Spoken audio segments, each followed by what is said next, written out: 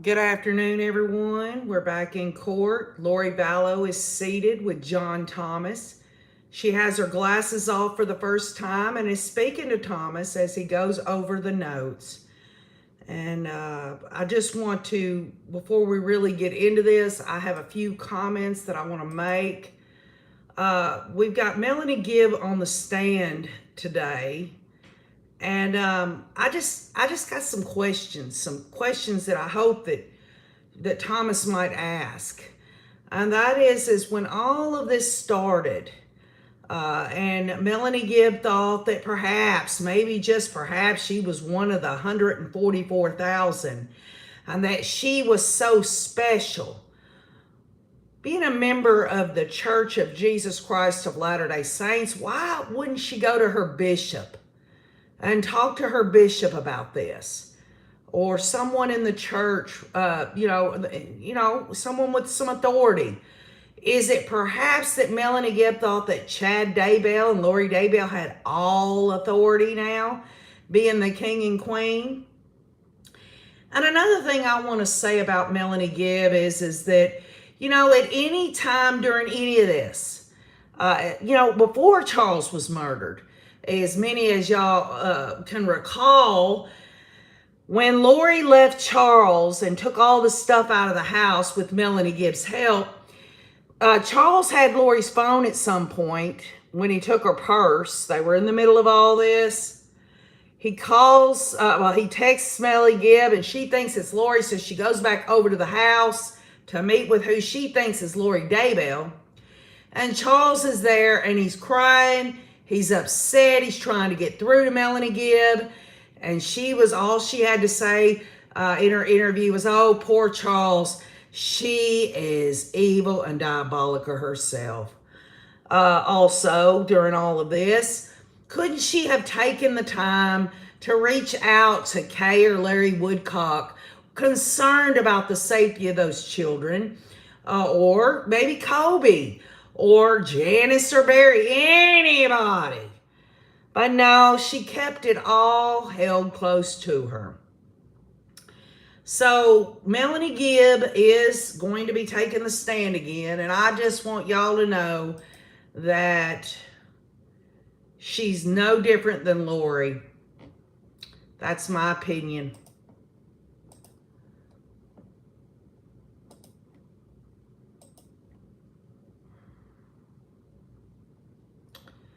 So again, they are back in court. I haven't seen anything on Nate Eaton's Twitter yet, but Justin Lum, he has said that Lori is in the courtroom. Y'all know she has to wear shackles. She has to be hooked to the floor there. You don't want the queen to fly away to the freaking other planet or wherever she's from. And also, she's got her glasses off now. I guess she's waiting for the jurors to come back in before she slips those back on to look so sophisticated, don't you know? And so Thomas, he's going over his notes. I'm sure Lori has given him an earful during her lunch break. Melanie Gibb, in this plan up to her eyeballs, says Rusted Knight. Hi, Mike from Ohio. Hi, Donna Donald. Hi, Paisley Dreams. Nicole P. Marie. Richard Diffley. Jean P. Just Me. Candace Parr. Bryn Marshall. Daughter of Scotland. And Daughter of Scotland's keeping on top of things. Back in court, Lori Vallow is seated with John Thomas. Just as I've said, y'all, we're waiting and we are prepared for this afternoon's session.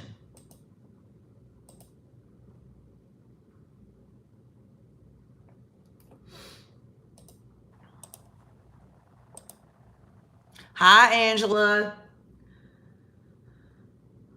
Yeah, Marie. Lori is shackled so she can't disappear in the portal.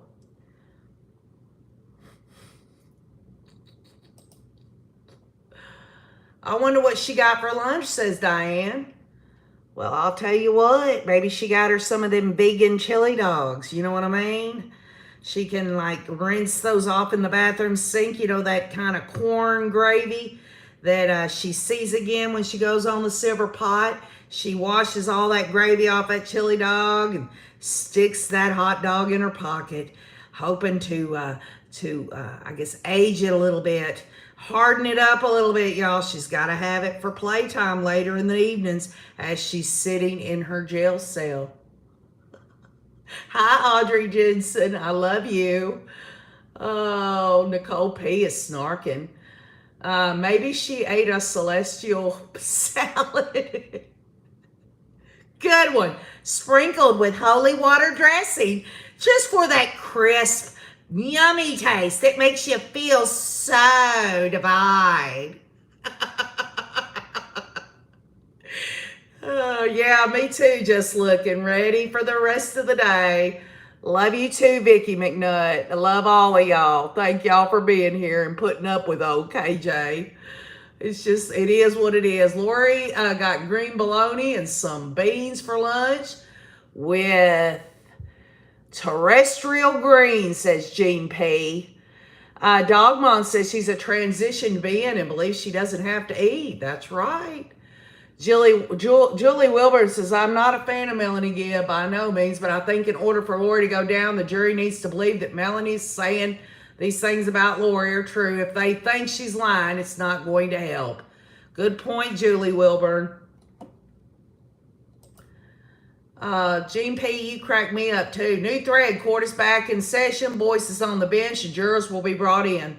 Thank you, daughter of Scotland, for keeping me on track. Everybody, I want y'all to put on the comments, say thank you, daughter of Scotland. Please do it for KJ. Melanie's back on the stand, y'all.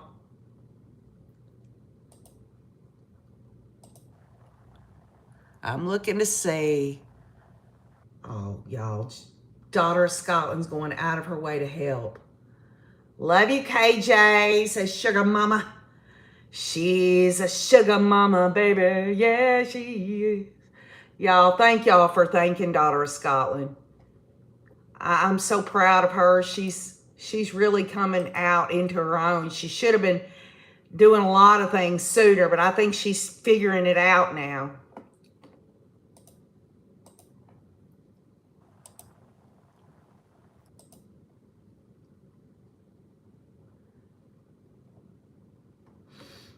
And just to kind of recap and everything, y'all, Melanie Gibb is on the stand.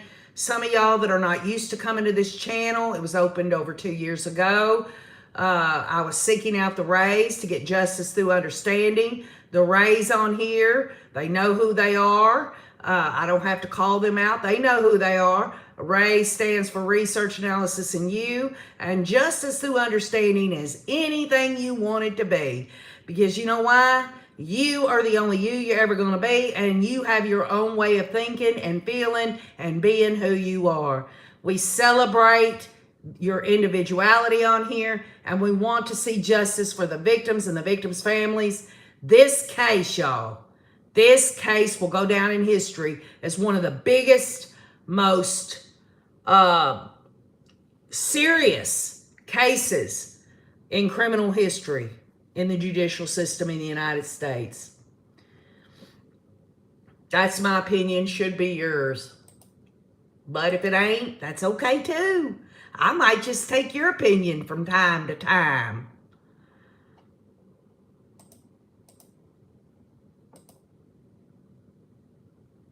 Jean P says, Crush, if you're watching, know we've got your back and are here for you and your family. CDM, when we opened this channel and the Rays got on here, we focused in on this case and this case alone. We started doing research and analysis. We started gathering all the legal documents, all of the law enforcement dumps that were made public. We all came together to get our own idea, mine, yours, anyone else's, of justice through understanding. And you cannot understand something unless you do what? You know about it. And how do you know about it? You learn. So I've been educated. A lot of people on here have helped me tremendously. and I appreciate their time. Y'all can go anywhere you want to go. There's 50 million YouTube channels out there. And y'all chose to come here to seek justice for JJ, Tylee, Tammy, and Charles, and even Joe Ryan. I want to tell you how honored I am that you're here for whatever reason you're here.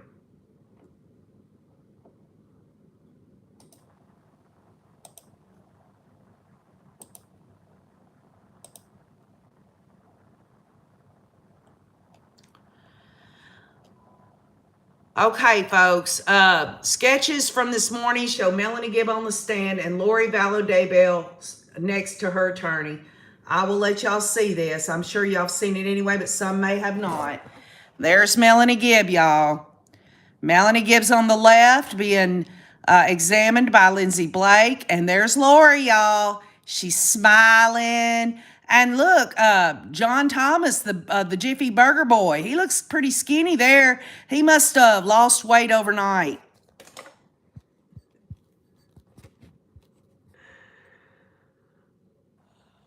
I've got to do this because I've got it plugged in my phone. It's my high technology, don't you know?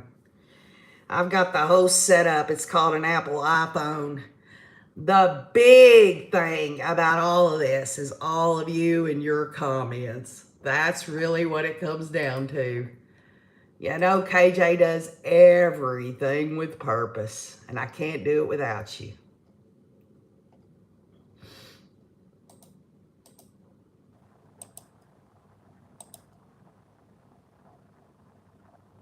Jane Pace says, KJ, it helped so much when you and Mr. Wayne, which y'all, that's my husband, went to Rexburg to see the apartment and everything. Yeah, we did that, y'all. We all went together. Wayne and I went to Idaho, went to the apartment complex where Lori was at. We went out there to Chad's property.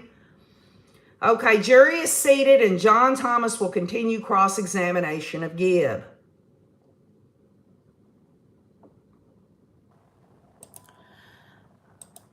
I'm not quite sure what John Thomas is trying to get at by all these questions. I absolutely haven't figured that out. I'll have to listen to the audio this evening to kind of take it all in. Melanie says when Chad and Lori told her JJ was possessed, she took it to mean he was possessed by an evil spirit.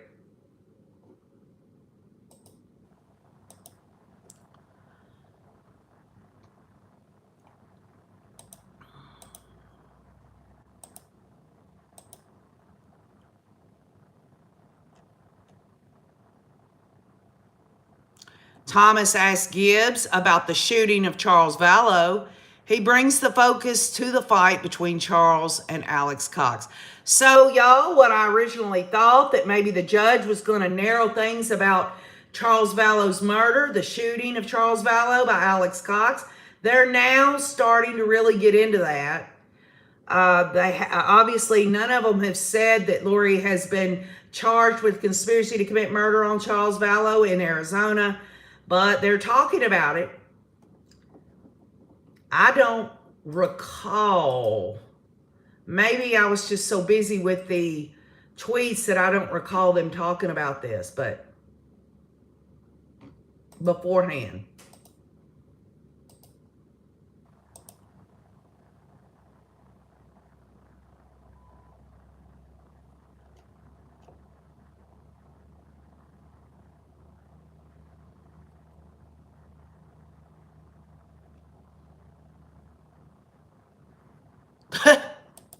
Are you kidding me, Andrew F? Lori wants the sketch artist removed. Are you kidding me?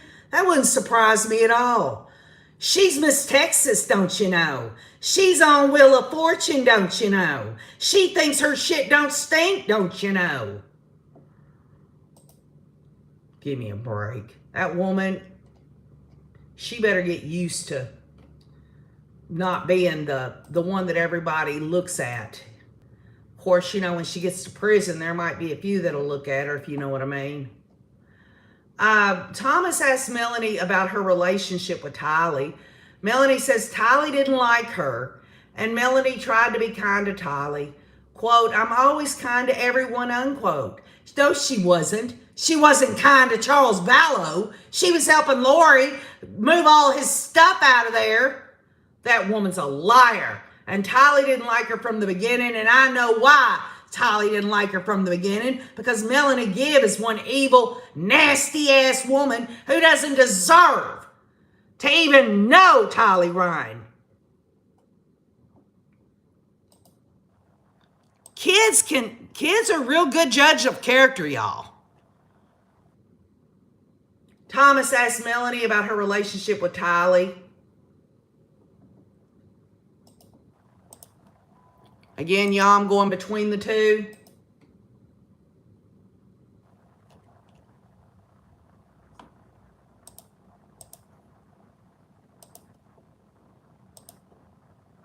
That's aggravating.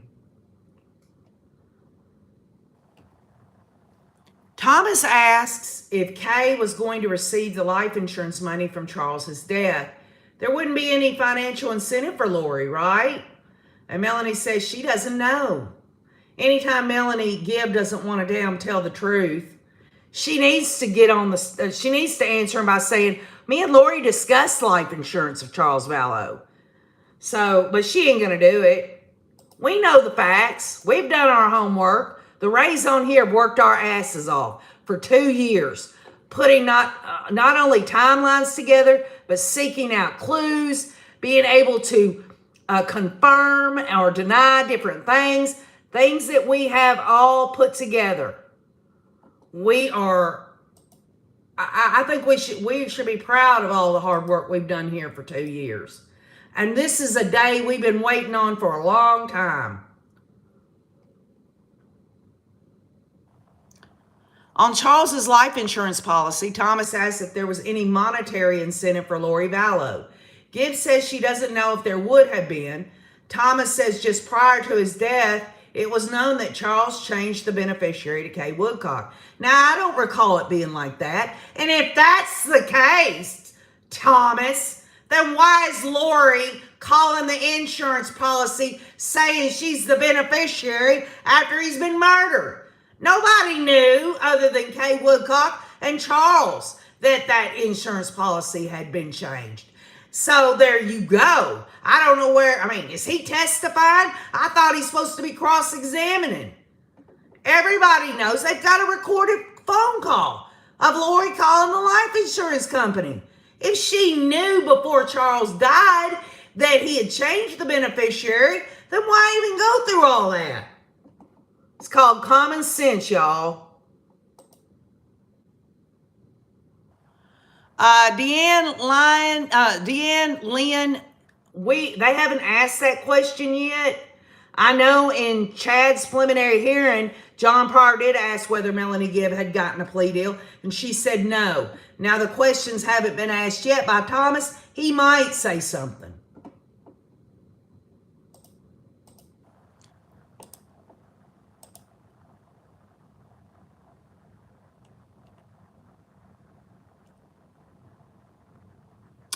Thomas asked Melanie where she heard Chad would lose his exaltation if he got a divorce from Tammy. Melanie says that that's what Lori told her. Melanie says police in Idaho called her twice when they were trying to find JJ. Melanie says she told Gilbert police, I had him, but I don't have him anymore. She told Gilbert police that Lori came to pick him up. Melanie says that is not true. Melanie Gibb is a bald-faced liar. And if these juror members, I'm sorry, y'all, if they want to depend on that secret recording, that's fine. But her testimony is in the shitter with old KJ. She's a liar. She's a cult member who wanted to get out of trouble. Thomas asked Melanie if she and David Warwick ever got married. She says they are married.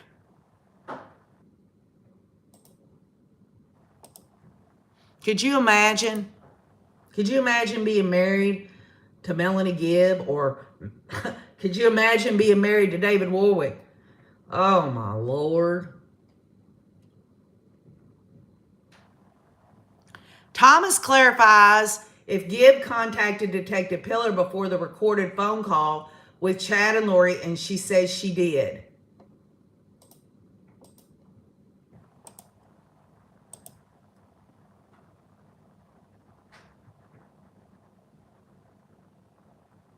You know, that's a real good question, T. Lemon. That's a very good question. You could almost say the same thing about Brandon Boudreaux, really. If he would have changed it on his, maybe they wouldn't have tried to take his ass out.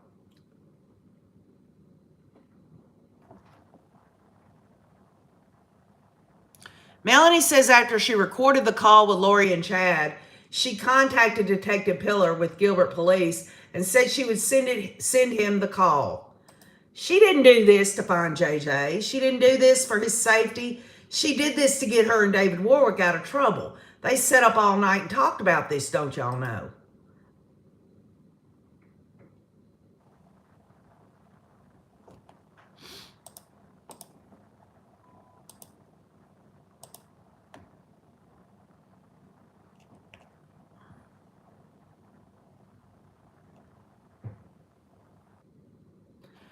Throughout testimonies, we now know how instrumental Ryan Pillar of the Gilbert Police Department was to this investigation, says Justin Lum.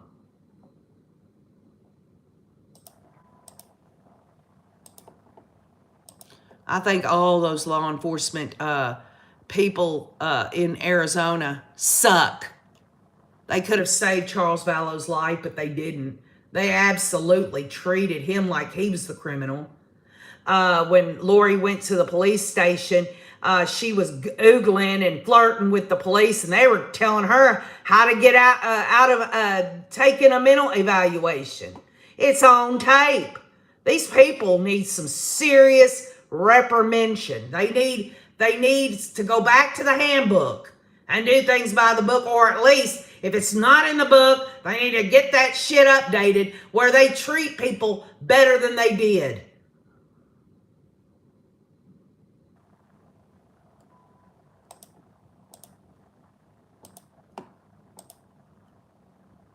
I mean, for goodness sake, y'all, they had Charles Vallow on body cam saying that his wife was saying she was going to murder him and all this, and they didn't do nothing.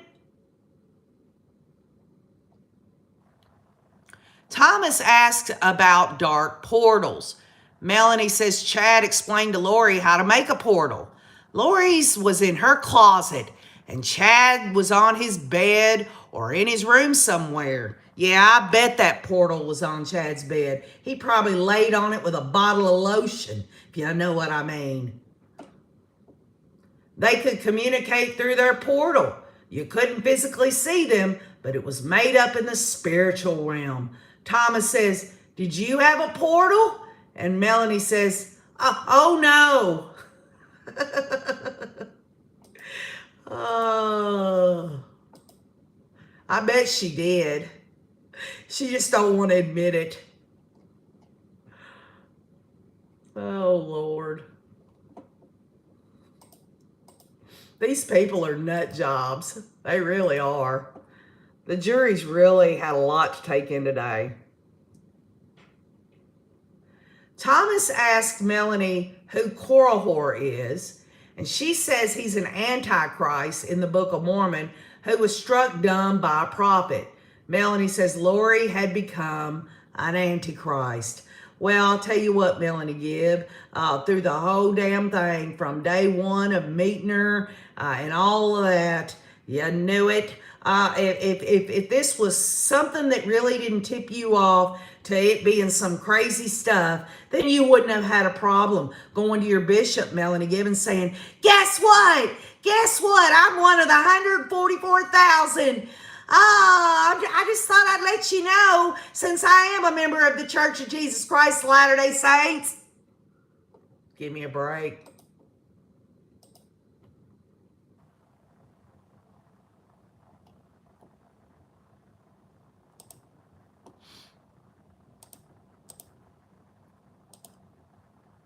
I mean, Melanie Gibb believed all that time that Lori had seen Jesus face to face. Chad said he was Jesus in a different life and all that. And she went right along with that. But as soon as things went bad, they're the Antichrist now, aren't they? As Thomas asks Gibbs about certain biblical figures, Lori is taking notes and watching Gibb.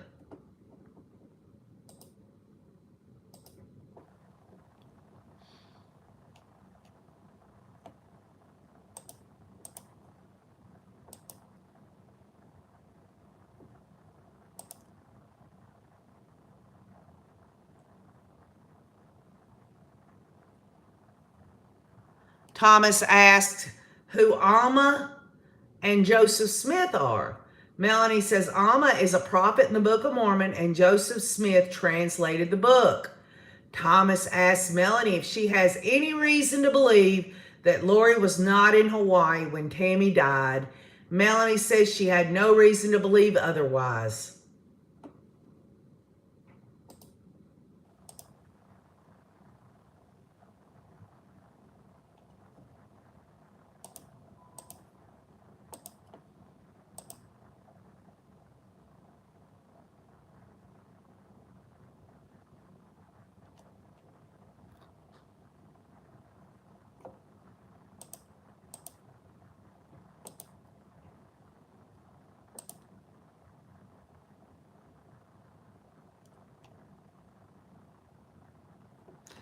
Melanie says the idea of having a vibration level high enough to be translated was a new idea to her, but vibrations are often used in New Age energy work type concepts.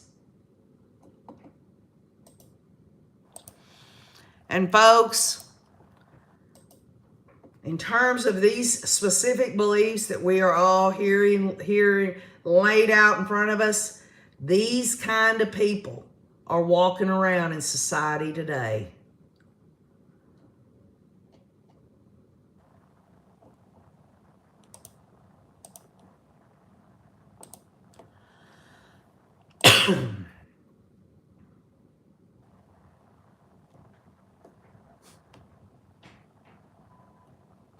I just think it's rich that Melanie Gibb is the one that's is basically educating the jury on all of these beliefs. You know, don't you know?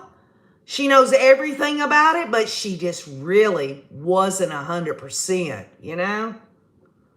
She knows nobody can prove that she was in this hook, line, and sinker. Someone is asking Justin Lum, I can't imagine what the jury must be thinking as they're hearing all of this. And Justin Lum says they look engaged and attentive. This is a lot of testimony.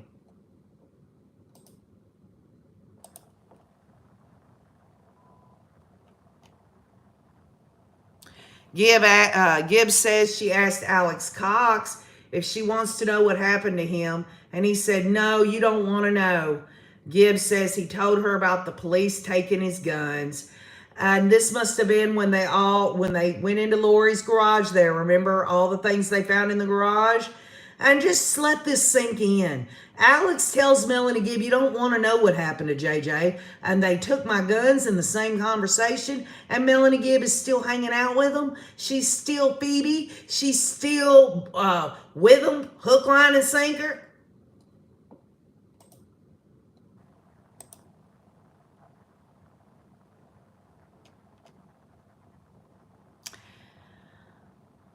Gibbs says Alex told her about the honeymoon he was going to take with his new wife, Zulema Pastanez. He also talked about a patriarchal blessing he received from Chad.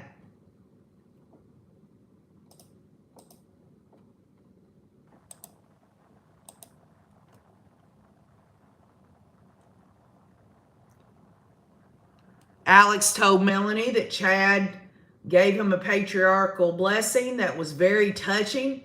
Alex was very emotional about it and felt honored to have a blessing.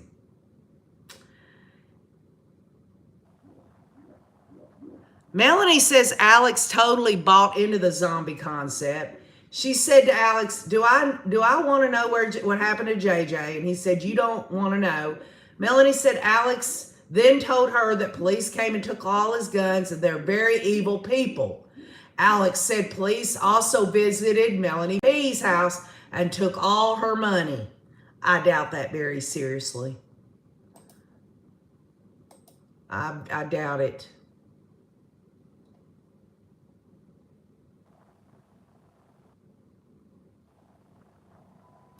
Alex never told Melanie where the kids were, so Melanie later asked Zulema if she knew where the kids were. Zulema said Alex told her the kids couldn't be found. John Thomas has no further questions for Melanie.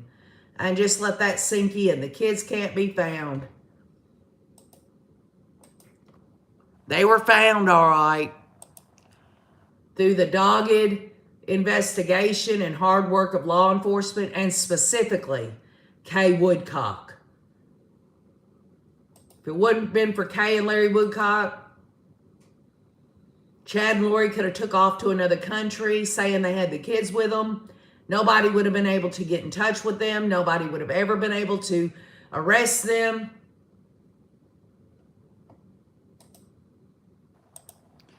I'm assuming that Lindsay Blake might redirect, but I haven't gotten yeah, I do. Blake is ready to redirect. Blake asked Gibb about Tylee Ryan not liking her.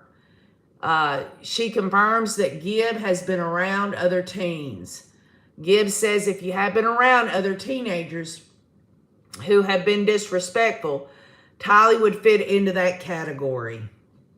Well, screw you, Melanie Gibb. Go on and talk bad about the deceased. Tylee was murdered, and you knew all about it, and here you are, today, April the 13th of 2023, dogging out a beautiful girl like Tylee who had a shitty-ass mother. No wonder Tylee was like that. Look what Lori put her through.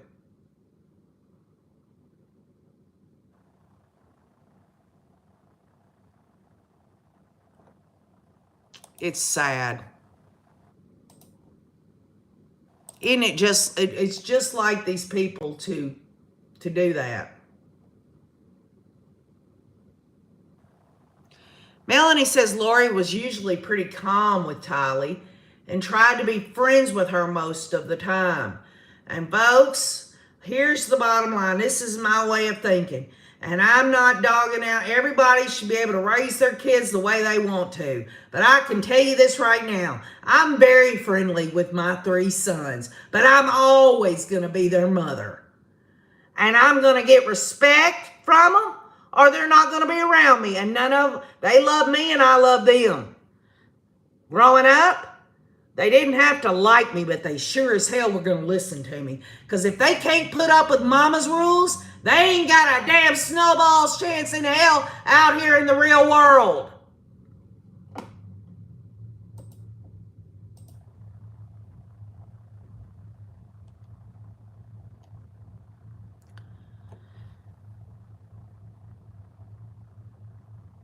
Melanie says she flew to visit Lori in Hawaii in February of 2019.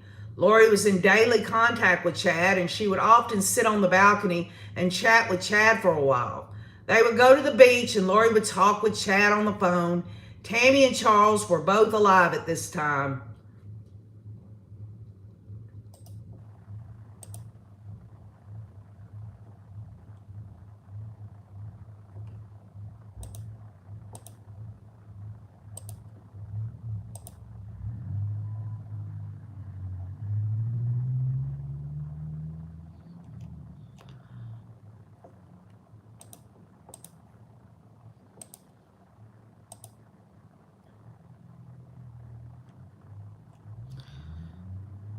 I still cannot get over Melanie Gibb on the stand dogging out Tylee like that. But I don't know why I'm surprised about it.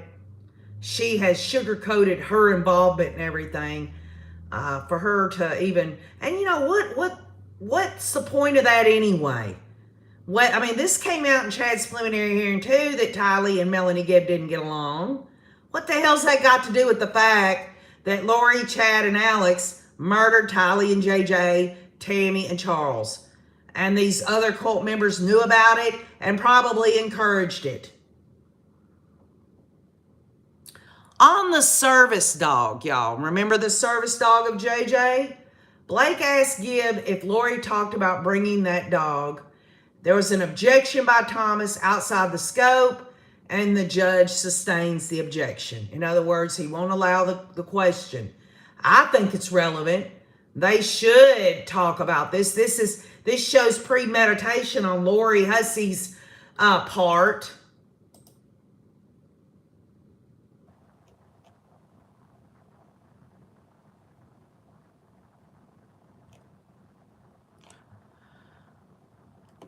As an FYI from Justin Lum, Lori gave up JJ's service dog before they moved to Idaho.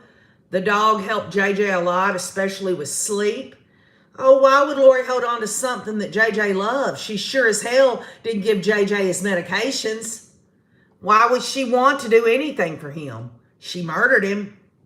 Blake asked Gibb if she wanted to believe Lori at all. She says yes, and Lori was very convincing. Well, I'll tell you what, y'all. Lori ain't very convincing that she pleads not guilty. She didn't know before, she didn't know after, and she wasn't the principal offender, according to her attorney's legal paperwork. Lori told Melanie that she had been on the earth before. Blake asked if marriages are common in the temple for those who are LDS. Melanie says yes. Do you believe? You want to believe Lori? And Melanie responds, sometimes she's very convincing.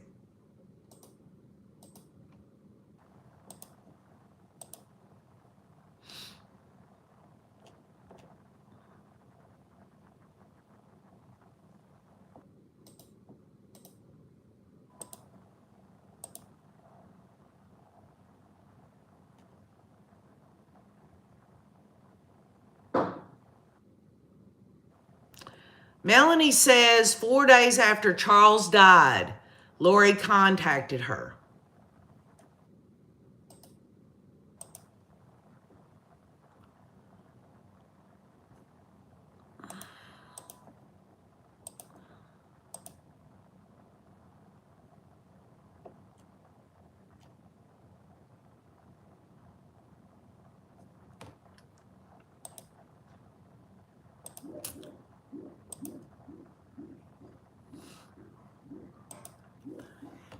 Excuse me, y'all. What the hell?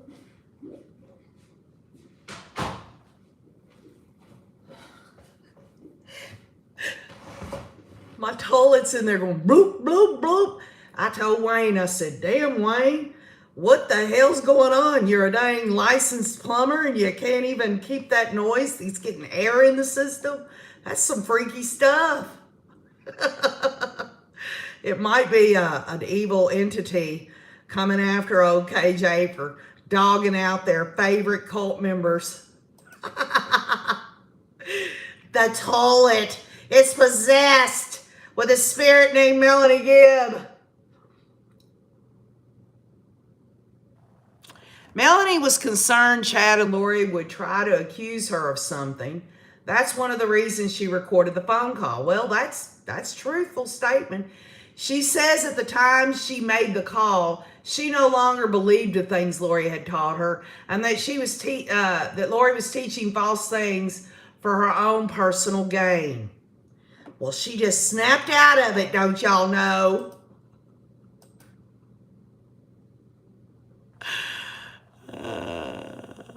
Your porthole is calling you, says Jinmar.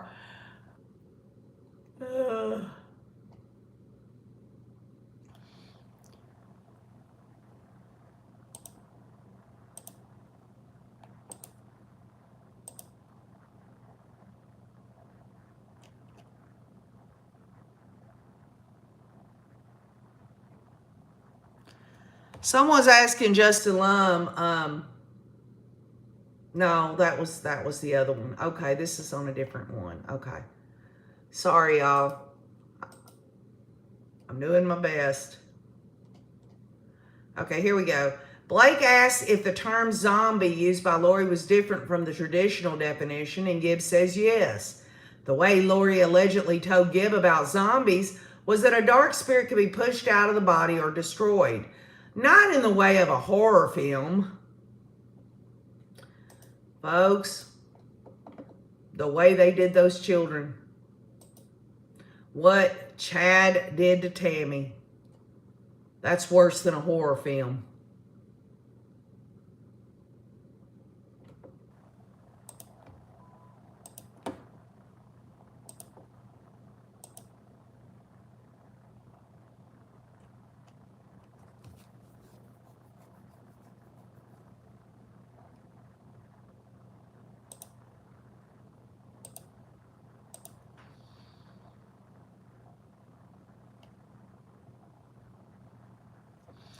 Waiting on a refresh, y'all.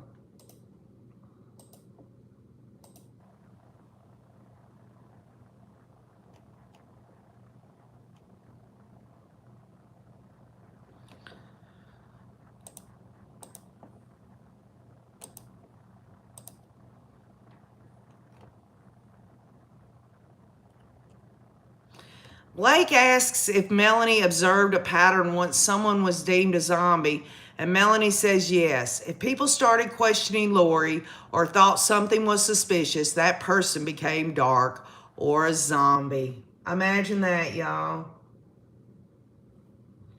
Anytime someone didn't go along with the hussy, she deemed them dark. She deemed them a zombie, a dark Cain. The world's against her. Give me a break.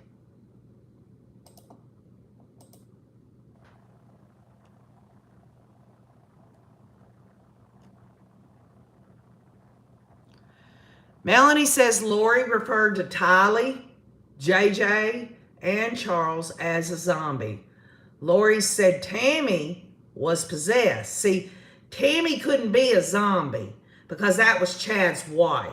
They had to do that a little bit different, don't you know? She had to have some spirit in her named Viola, and Julie Rose spirits knocking on the door of Tammy's, and they had to do things a little bit different. They didn't have to chop up Tammy Daybell and burn her up and put her in a pet cemetery.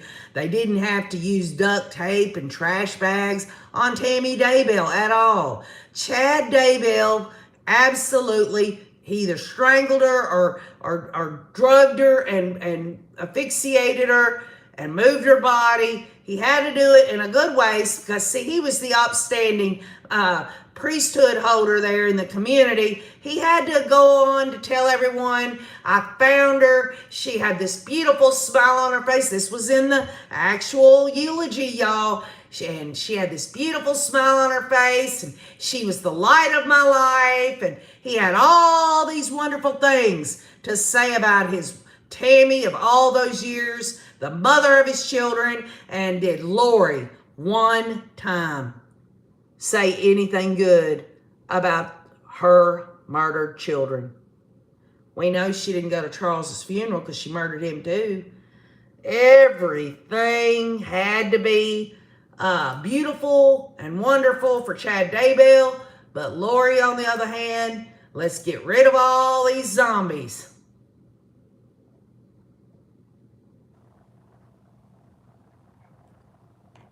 Melanie says Alex was designated as the protector of Lori. Well, hell, he'd been up his sister's ass for years anyway. He went all the way back with Joe Ryan. He stunned him with a stun gun and got thrown in jail. Hell, he was trying to kill him. He was going to put him in the trunk of a car and kill his ass because his sister had him believing that Joe Ryan had molested Tylee, which is a crock of shit.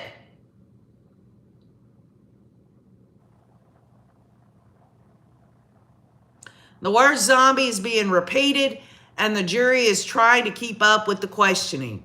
Gibb answers yes to Blake's questions on who Lori deemed zombies. Again, Charles Vallow, Tylee Ryan, and JJ Vallow.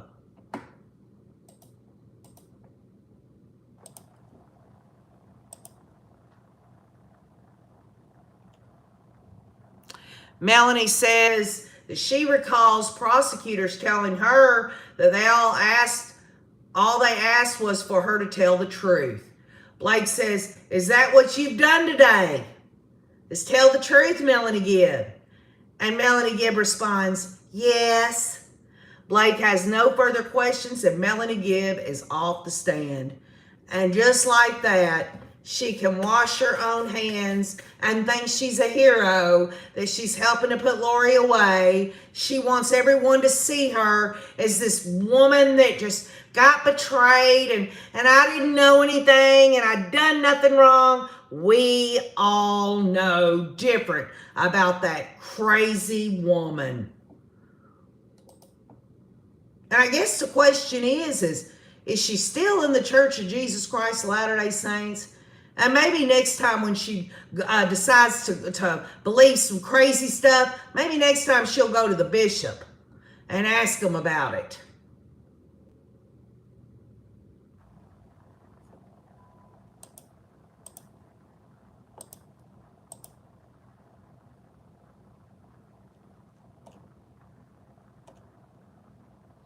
The next witness is said to be Detective Duncan.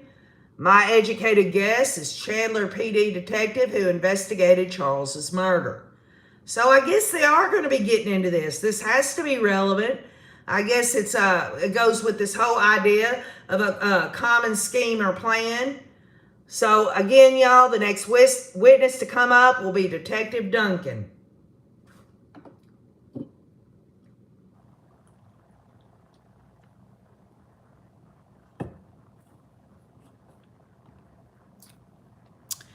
Chelsea, that's a good question. Doomsday for Chad and Lori and all their followers has come and gone. But then again, if Chad could see beyond the veil, then he sure as hell didn't see this coming, did he? Did he? They made up all this stuff. It was all a bunch of sexual role-playing, don't you know? Brenda Brasher says, does Lori realize that being in jail and being in prison are two different things, and prisoners detest child abusers and killers and sometimes they're murdered? Well, one can only hope.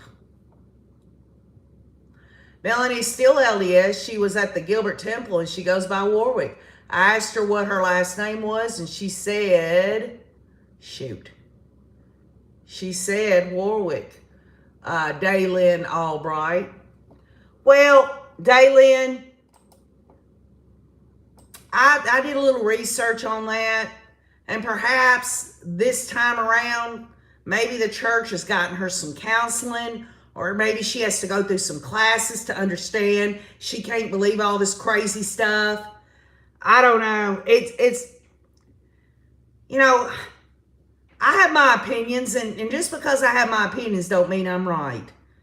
But I just don't understand it. I don't understand why Melanie Gibb and the rest of them wouldn't charge. If for nothing else, accessory to murder, conspiracy, anything.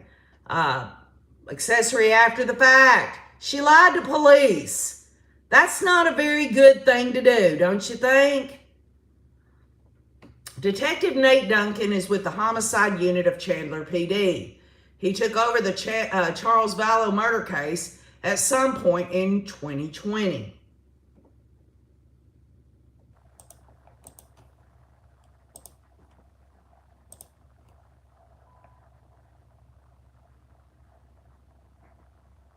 Yeah, I agree with that, Melanie. Lying to law enforcement is a crime.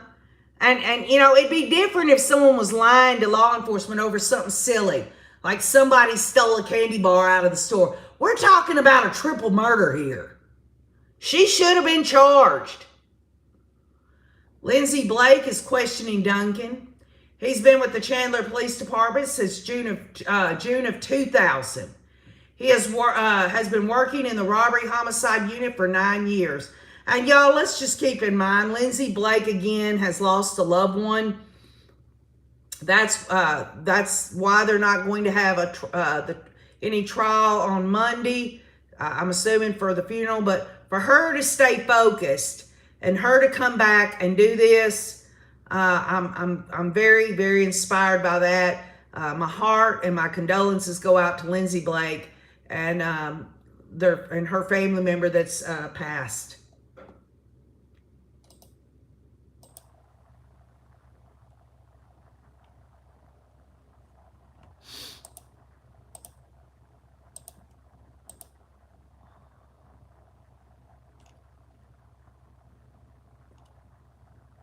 Chandler's case file on the Charles Vallow investigation is about 1,000 pages. We've sorted through it all along with body cam footage and interviews with Lori, Alex, and Kylie. And many of the Rays on here, remember, over these 2 years, we went through the Chandler dump together. We all discussed it. We picked it apart.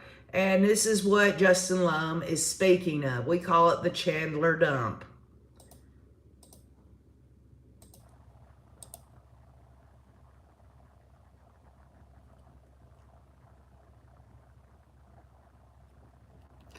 Duncan was working on July 11th of 2019. He responded to a report of a shooting at Four Peaks Place in Chandler. Alex Cox called the police around 9:30 a.m. and said he had shot his brother-in-law.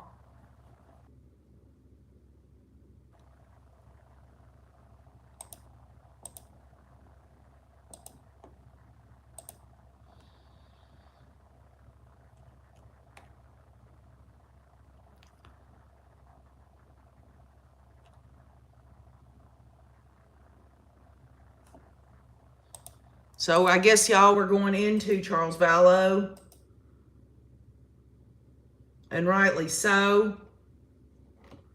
Although jurisdictionally, the state of Idaho cannot have, they can't charge Lori or Chad or Alex or any of them with Charles Vallow. That happened in Arizona. The bottom line is Lori's got it waiting on her in Arizona. I call it a backstop. Because y'all, I'm very confident that she's going to be convicted.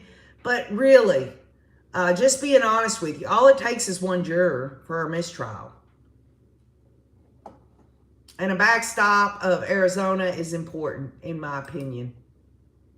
Not to mention Charles Vallow deserves justice, which is really the important thing.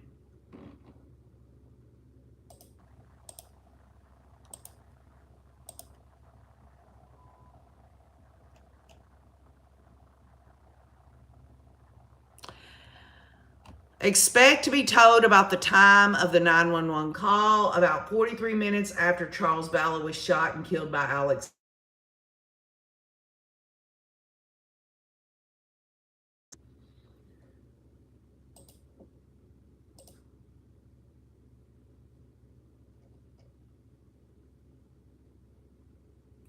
Alex called 911 while Lori Vallow took JJ and Tylee to Burger King and Walgreens. And we know that she went to Walgreens to get those flip-flops. And we've also seen the actual video of Lori pulling up at the fast food place to get JJ his morning stuff before taking to school. This is when she also goes back, y'all. It's infamous, where she says, "Hi, neighbors." This woman is a nut job.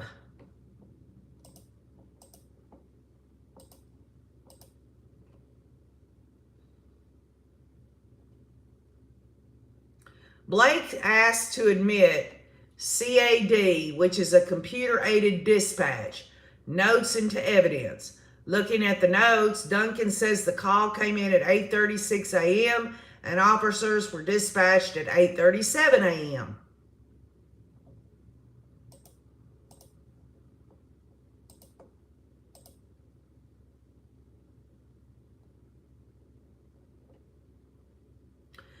The defense attorneys are asking for a sidebar with the judge. Many jurors and people in the gallery stand to stretch their legs. I can make an assumption here, I guess, that they're like, why are we going into this? This isn't what we're here for. But Lindsay Blake will definitely say this is all part of a common scheme and plan.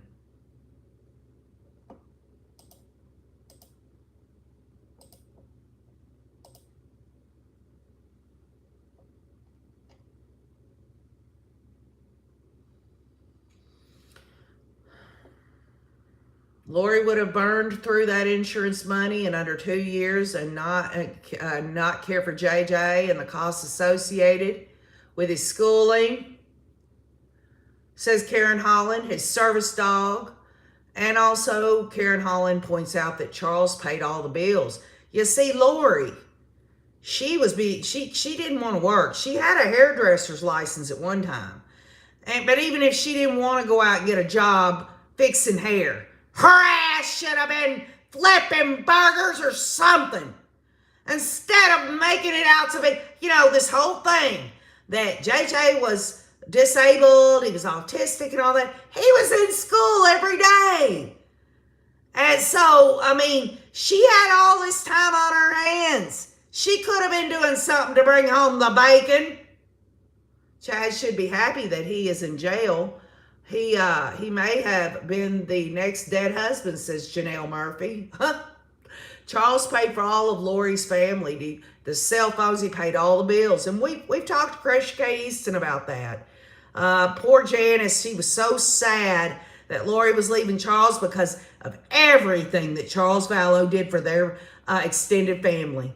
That man went above and beyond everything for that family. And he truly loved Lori. And he was dedicated to her and he was loyal to her. But what does she do? She gets bored with her life like she did the 3 husbands before. She decides she wants to accuse him of shit that she's doing herself. She accuses him of having an affair and she's getting it on with that nasty ass Chad Daybell. Give me a break.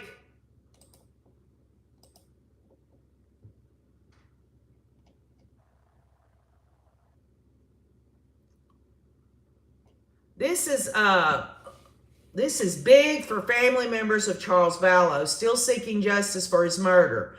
In June of 2021, Lori was indicted on 1 count of conspiracy to commit first-degree murder. And Arizona better be damn glad they did it, because they screwed everything else up. And had they done their job with a little more efficiency, maybe the children and Tammy would still be here.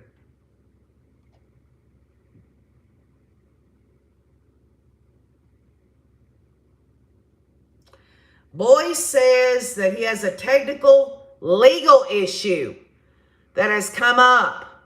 And this is something because the defense has asked for a sidebar. They've told the judge something. Judge Boyce needs to go to his chambers for about 5 minutes. So we are in a brief recess. All right, y'all.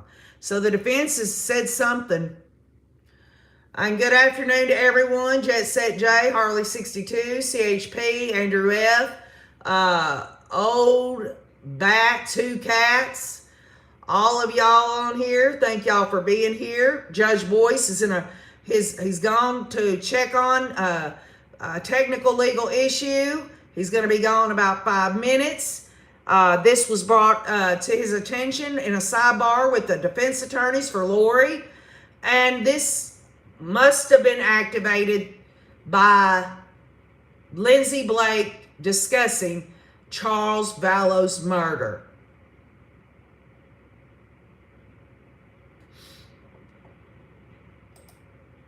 It's raining outside, y'all. So if you hear that, I apologize. But you know what? This ain't no damn studio over here. This is my home. I've invited you into my home. I love all y'all. I'm glad you're here. But it's not perfect, okay? Never has been, and I'm thankful for that. And I'm thankful I don't have to even act perfect. I'm glad I've got one damn issue after the other. That way people, they can maybe see for themselves that there aren't people there. What we're seeing in the trial here is all these people acting like they were perfect, that their shit didn't stink, that they were better than everyone else, that they were the chosen people. Give me a break.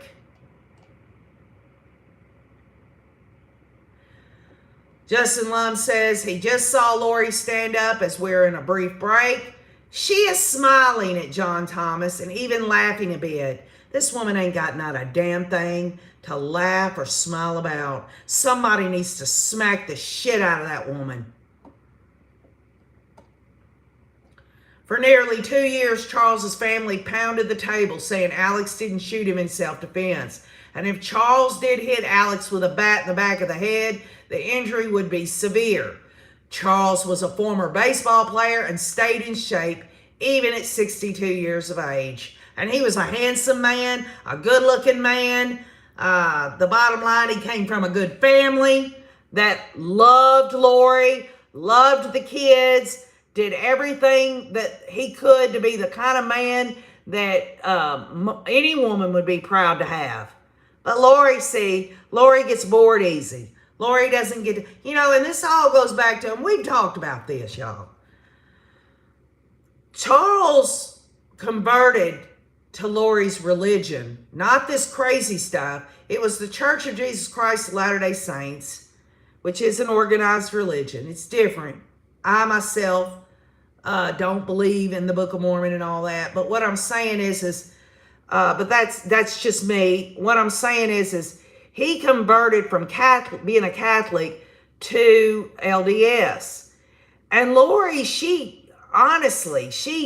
every guy she ever got with, she wanted them to do this. I believe one of them, the LaGoya guy that she was married to, the second husband, he wouldn't do it. The bottom line is she didn't think Charles was her equal.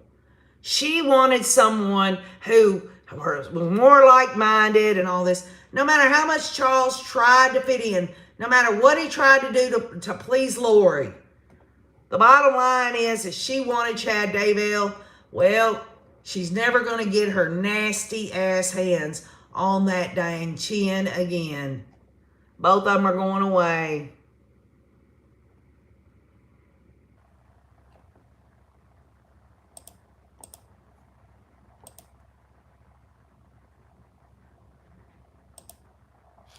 There was never any confirmation that Lori Daybell had life insurance on her. Just for re-emphasis, Nate Eaton is saying Lori is smiling and laughing with her attorneys during the break. I hope those jurors see that.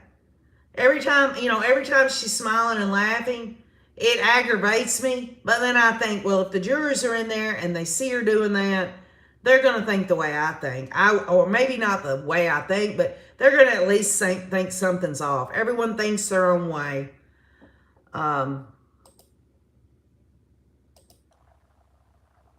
It's bad. It's bad for, this woman she's just bad.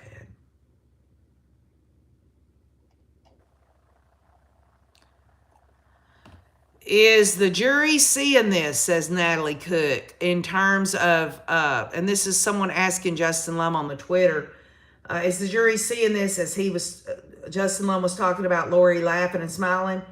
And Justin Lum says, if they are paying attention. Good answer.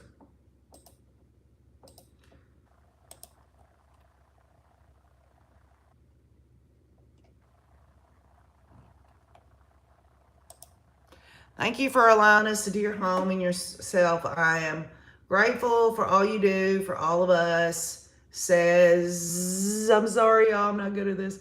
Sandy Toon. Sandy always. Y'all been good to me. Many of y'all been here for 2 years. Some of y'all have come in and out. That's fine. I'm glad you're here. I'm honored you're here. They should have held off on some of those photos till near the end of the trial, says Leslie Cooker, because I can't say it, Leslie. I apologize. I got the country slang. I can't say words half the time.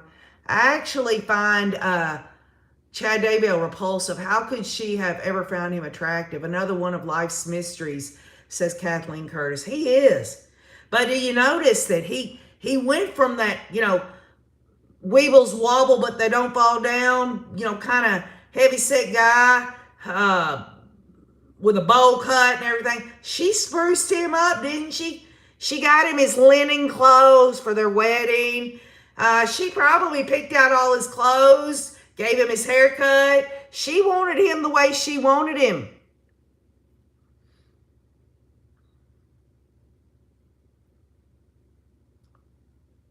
Hope they can put something in closing statement, says Leslie. Yeah, well, I think Lindsay Blake did a great job on opening. The best that, she could have done.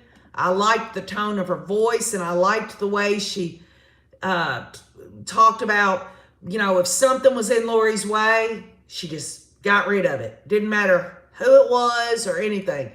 She made him lose a lot of weight. He gained it right back, says Paisley Dreams. Some women are attracted to power, says Angie. Chad looked pretty cute in Hawaii, says Tessie Cooper. Well, at least that's your opinion. But at least Chad and Lori have their prison portal now. See, the first time I think you're great was saying, give me a break. Watching, says Barbara Meyer. Y'all, I've said give me a break over 2 years. I can't even count how many times I've said it.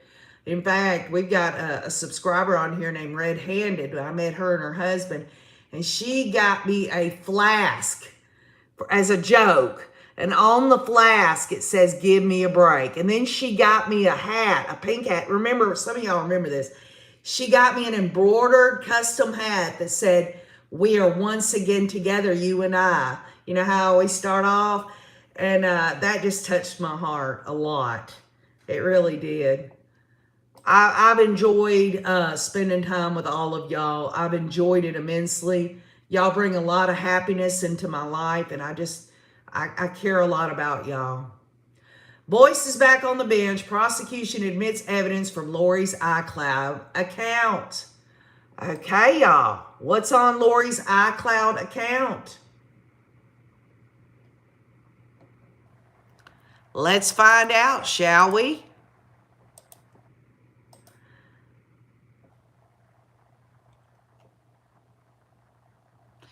Justin Lum says Lori Vallow's iCloud data coming right up. Court is back in session. Judge tells the jury that during the trial, evidence will be shown regarding other acts allegedly committed by the defendant outside of this case. The jury must be conscious of this information.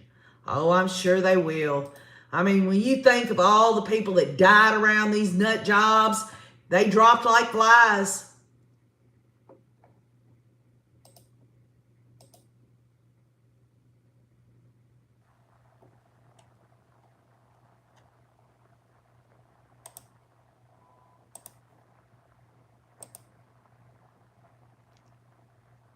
Yeah, Audrey Jensen. Chad's coming up in my toilet. Be careful. No, it started happening a couple of weeks ago. It's like an air bubble that's getting into there. I don't know how somehow the pipe goes up through the roof or whatever, and air's getting down in there. My husband's a licensed electrician, a licensed contractor in the state of Tennessee, a licensed plumber. He's the full meal deal. In fact, my husband has been deemed an expert in federal court as a expert in the construction industry. He started his career at age 17 and 18. He went into the Navy and became part of the Navy Seabees, which is a construction battalion. And from there, he worked his ass off for many, many years. Long story short, he builds all these beautiful, beautiful houses and things. And yet when I have a problem of some kind of bloop, bloop, bloop in my toilet, it takes forever for him to get a hold of it. Why is that? Why is it that people like your husband, they'll do anything for anyone else? And I love Wayne. Y'all know how dedicated I am and loyal to him. But he just drags his ass when it comes to doing stuff around here. Detective Duncan explains how a crime scene is handled with all the moving parts in a homicide investigation. He says original lead detective was Nathan Moffat. He was promoted in June of 2020, and Duncan took over the case.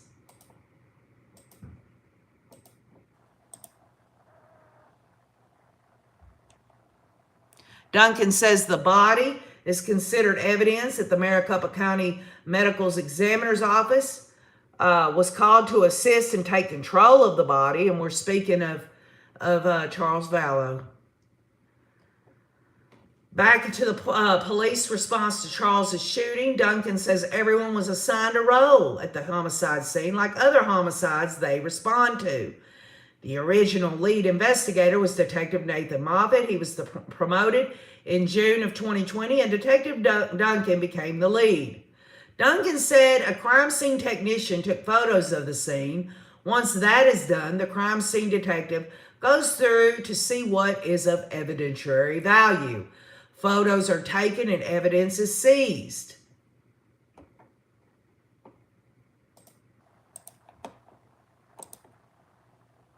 They're going to allow it in, y'all. And Judge Boyce had to check. He had to check that technical legal issue to make sure that Lori couldn't say, oh, I get to appeal this because you ruled wrong. Duncan has done this before. As he answers questions from Blake on the shooting response, he addresses the jury.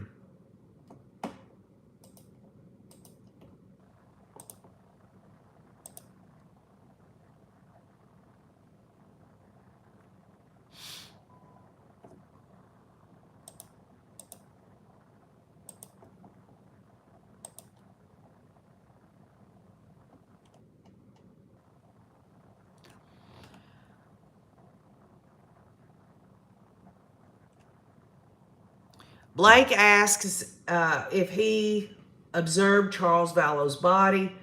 Duncan did. He describes a large living room with wood flooring, but the room is empty. Charles was laying on his back. Justin Lum says Charles's family is watching and listening. I don't think they expected Chandler PD here today. I'm going to tell you what, I've got 2 brothers, and if somebody murdered my brother, I'm just telling y'all, I've only got one life to live. I'd probably be in prison for the rest of my life once I got hold of the person that murdered. Now, I've got a brother. I've got actually 3 brothers, but I didn't want to bring him up. I had a younger brother who was murdered several years back, and I was not in any place to do anything on that at all. Many of y'all know of that. This guy shot my brother between the eyes, wrapped him up in tarp, threw him in the trunk of a Saturn vehicle, and rode him around for 10 days, his dead body, in the back of the trunk of a Saturn vehicle in Rowan County, Kentucky.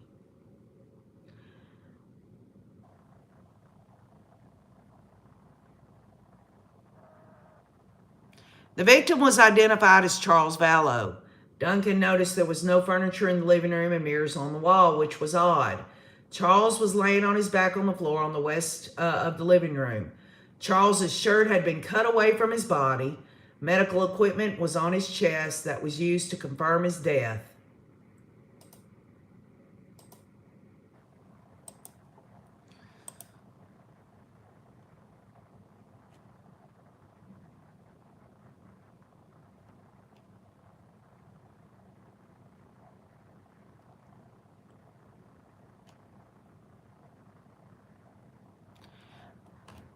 On the visible injuries, Duncan said he had a gunshot wound in the left quadrant of his abdomen. He had some blood on the left hand, but not much more blood was visible. Why didn't Duncan see a lot of blood? He says he did not notice any blood splatter or trail. Alex reported a self-defense shooting. He said he shot Charles twice in the chest while Charles was standing. Blake asked about what else Duncan discovered. Duncan says he saw 2 .45 caliber shell casings next to Charles's body. Very little blood present.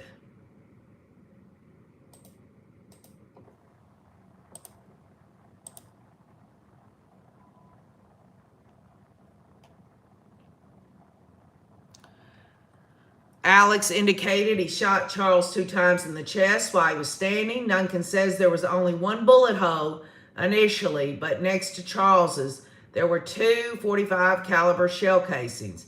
There was also a bullet next to his left shoulder, which was lying on the ground, which was odd, says Duncan.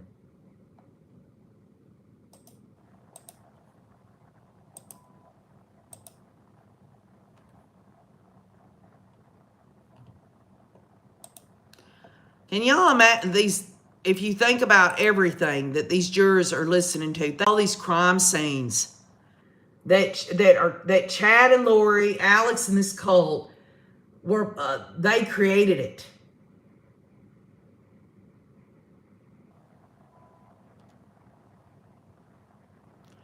Duncan reminds the jury that police don't touch the body. The medical examiner arrives and does a brief inspection of the body. Duncan talks about gunshot wounds in the back. Blake asks if it was an entry or exit wound. Duncan confirms 2 shots came through the front first.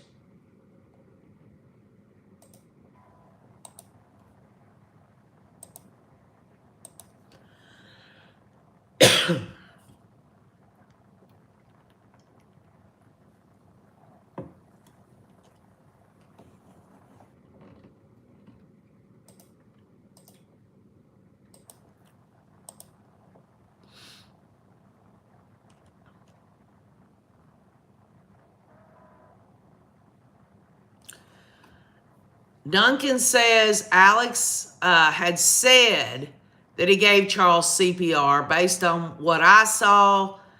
And then there was an objection by the defense. And the judge says that that objection is premature. Lindsay asked Duncan if he'd been to other scenes where injuries happened and CPR was performed. I guess y'all know where this is going. Alex can say all he damn well wants he performs CPR, but that's a crock of shit. How about that?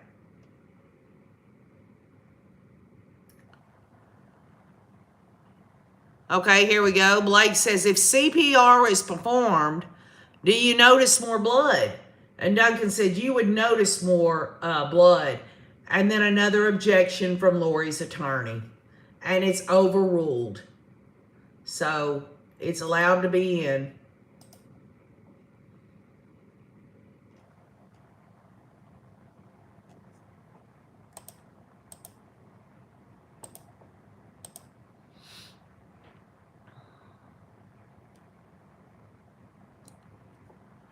Duncan says that if Alex indicated he had given Charles CPR. Duncan says normally when someone is given CPR after being shot, there's more blood because of compressions on the chest.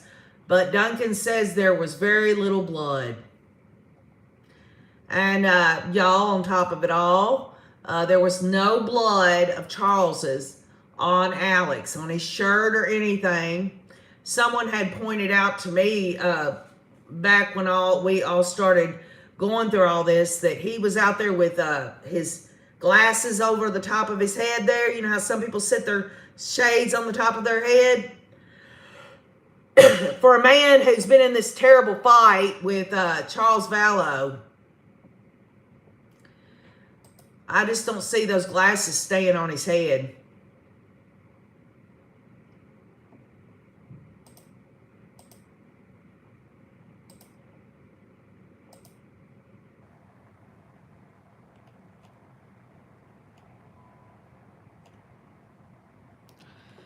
Blake asked, you indicated Alex said that he shot Charles in self-defense. Did you notice any signs of a struggle? And Duncan says, based on the house and the sparse furnishings, it was hard to know if a struggle occurred. Charles had some abrasions on the knees. There was blood in the kitchen sink. Duncan says Alex reported washing his hands. I don't care what Alex said.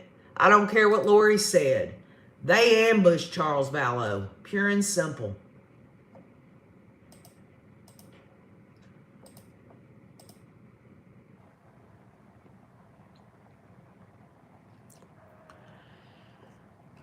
Charles had abrasions to his knees. Duncan says there was blood on a faucet inside the house. Duncan saw Charles's body being removed from the house by the medical examiner.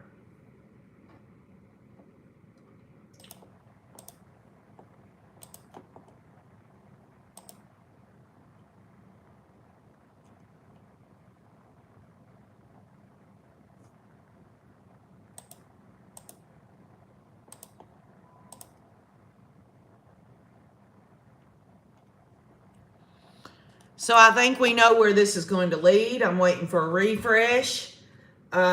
We know now. Maybe I am being a spoiler, but I'm going to say it. After they completed their investigation and decided to charge Lori with conspiracy to commit murder on Charles, they had evidence. The trajectory of one of the bullets was when he was laying flat on his back. So Alex Cox shot Charles. He fell down, and then he walked right up to him and shot him while he was laying on the floor. Pure and simple. They've got forensic evidence to prove it.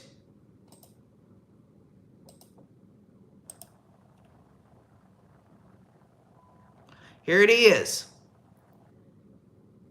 Duncan says in the living room there was a tall baseboard, and on the east side of the room there was a projectile that was stuck in the baseboard. The projectile and the baseboard were kept as evidence. Alex was then brought back into the home and did a walkthrough to explain to police what had occurred. They're going to get to it because they did. They came out. They even tested Tylee's baseball bat.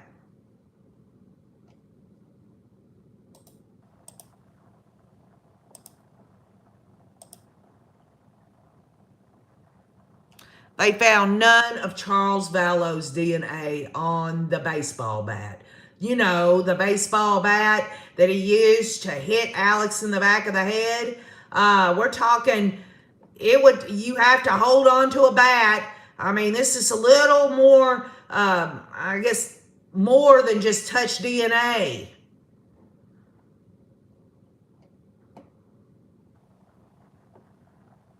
Duncan says when police cleaned the blood off the floor, he noticed an indentation or marking under where Charles's shoulder would have been.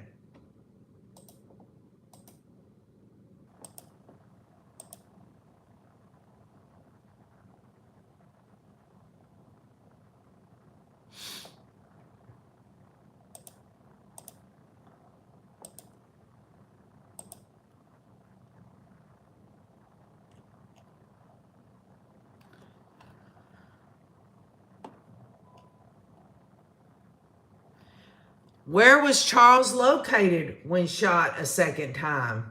Says Blake. Duncan says the trajectory shows that Charles was laying on the ground when the second shot was fired. Blake asked about the autopsy. Duncan has read the report. Another detective attended the autopsy, and it was determined to be a homicide.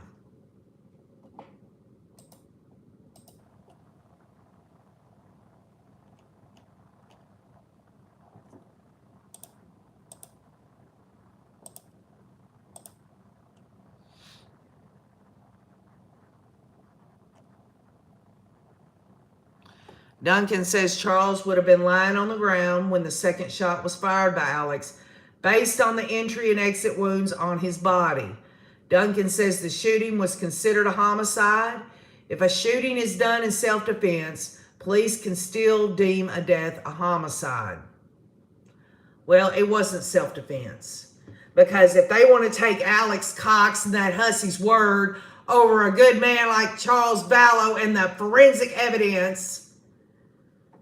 Oh, they ain't got Tylee there right now, do they? They ain't got Tylee to... Yeah, they got her interview that I'm sure Lori and Alex told her to say, but she ain't around now because she's been murdered.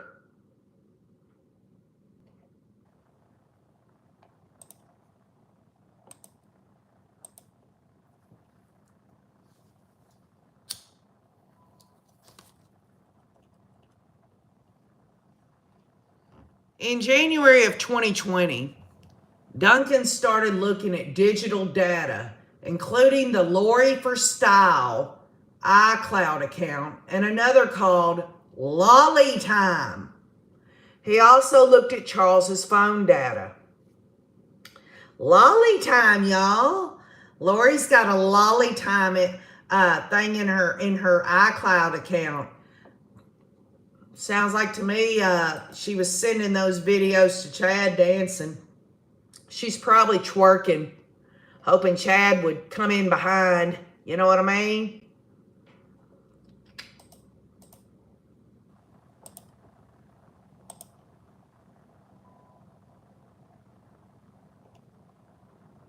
Duncan recalls looking at data on Charles Vallow's phone, his iCloud and Gmail accounts, phone records, and other electronic info. Duncan also looked at Lori's iCloud account.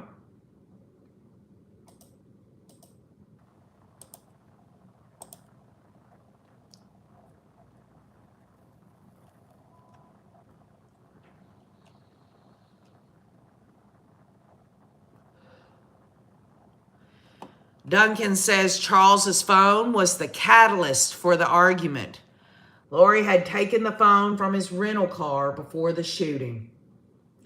She had to get him riled up. You think Lori didn't know how to push them buttons? She knew how to push them buttons.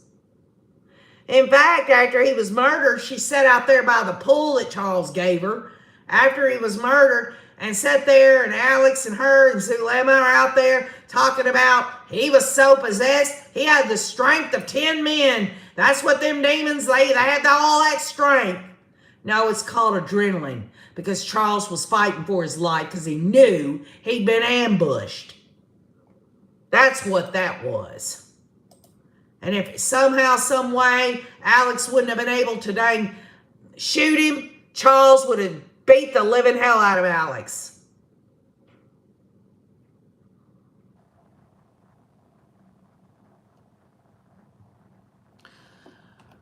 Chandler Police Department would recover the phone from Lori. And that's another thing, y'all.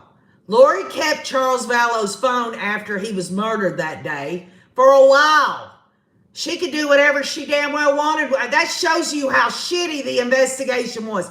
They weren't even going to look for Charles Vallow's phone. They were going to leave it with Lori. Duncan reviewed emails and texts from the phone. There were specifics that Duncan was looking for.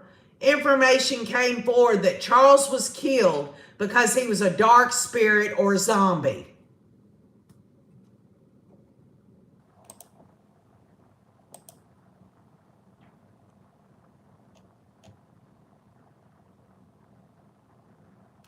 Lindsay Blake wants to admit Exhibit 49.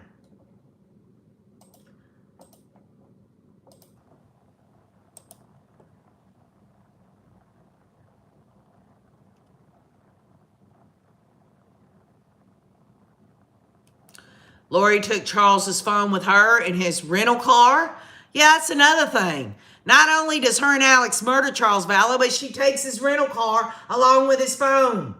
That phone was later returned to Chandler Police Department, where an extraction was done. Duncan says in the weeks and months following Charles' death, police learned of information that Charles had become a dark spirit, and there were accusations of infidelity. Duncan looked on Charles's phone for any details about these things. And we're waiting on the admission of Lindsay Blake wanting Exhibit 49 put in. We don't know what that is yet, but we should find out here in a minute. Okay. Prosecution asked to admit as evidence a PowerPoint presentation showing information retrieved from Charles's phone. Okay, y'all, we're fixing to find out what was on Charles's phone that leans toward Lori Hussey Daybell being charged with conspiracy to commit murder of Charles Vallow. This is something we're going to get to see. I get you on that, Monica Kelly.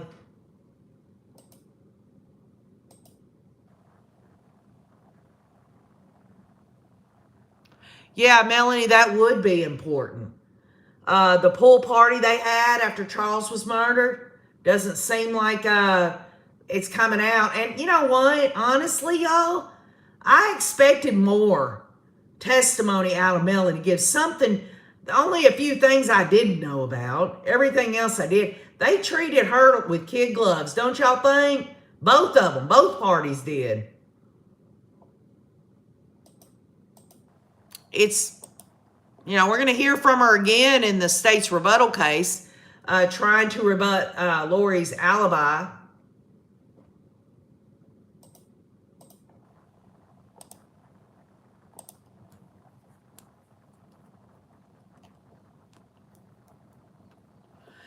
Duncan says this PowerPoint was made for the purpose of showing Maricopa County courts. Thomas, y'all, does not want the exhibit admitted. So the judge will have to rule on this.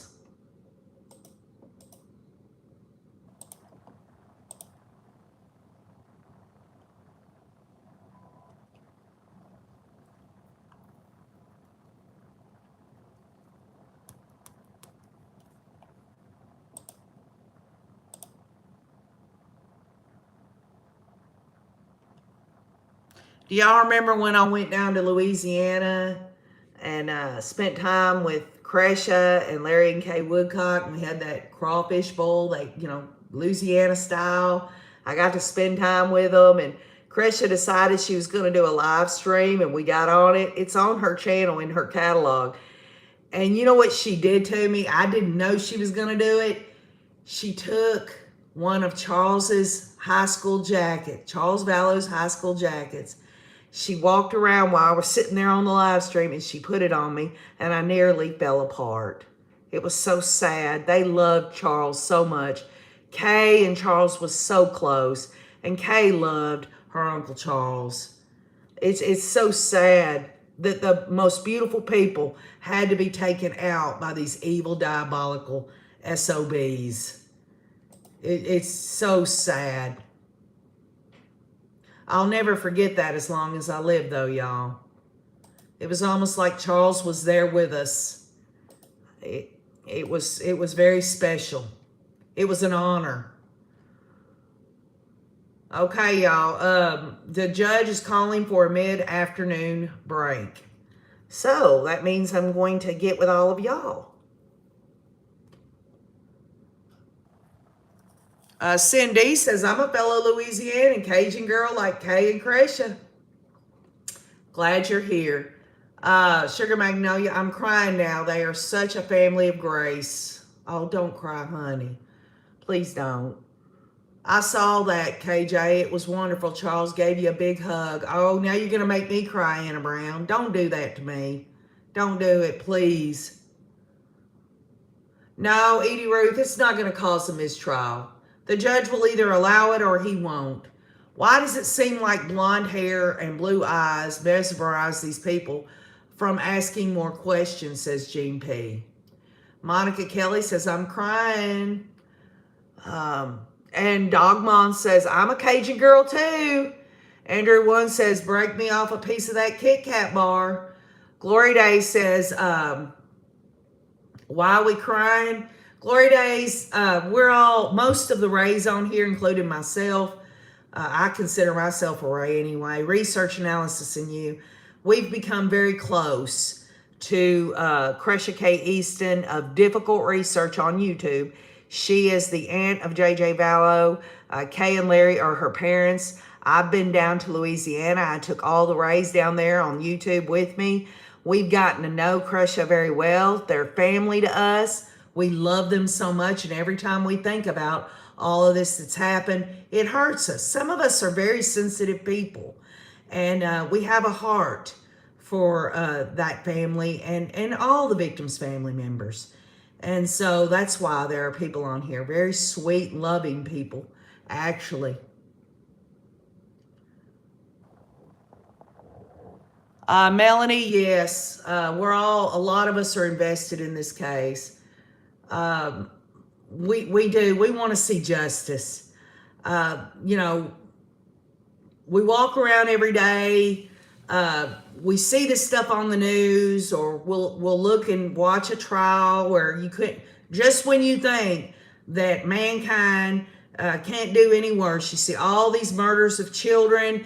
Hey, you even got in Idaho, those college students, Brian Koberger. You see all these high profile cases. And the one thing I think a lot of us, the Rays on here, all of us, we want to see that there is some good in this world.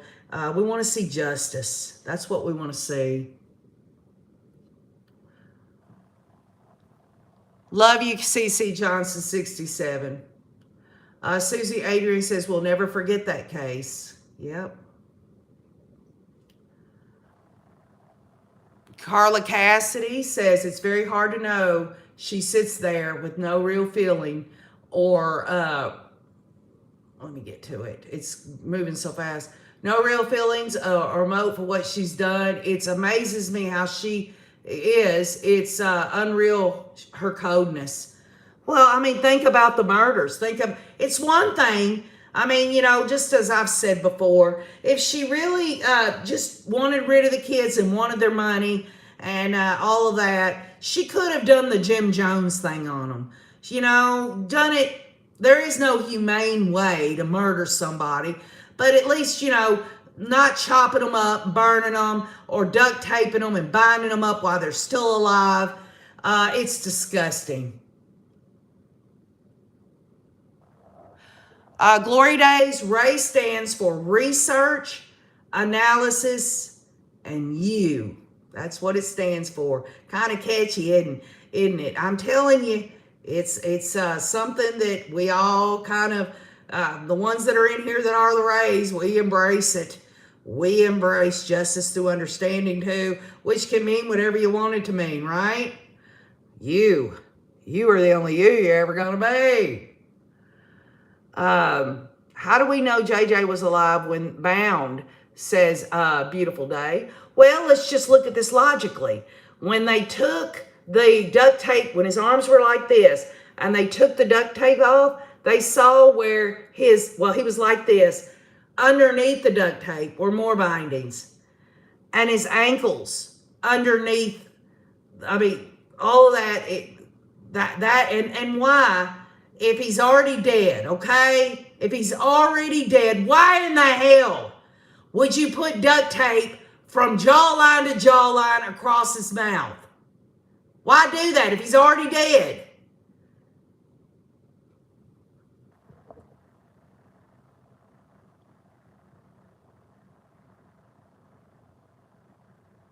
God will have the final justice. I believe that, and we all believe that too, Ginger N. But we're stuck down here on this planet. How many times have I said, just get me off this planet? You know, I'm a Christian. You know, I believe what I believe. I don't believe in other planets and all that. I'm using that as a symbolic way of saying it's just, sometimes it's so hard to live here on this earth, especially when you hear about stuff like this being done to good people.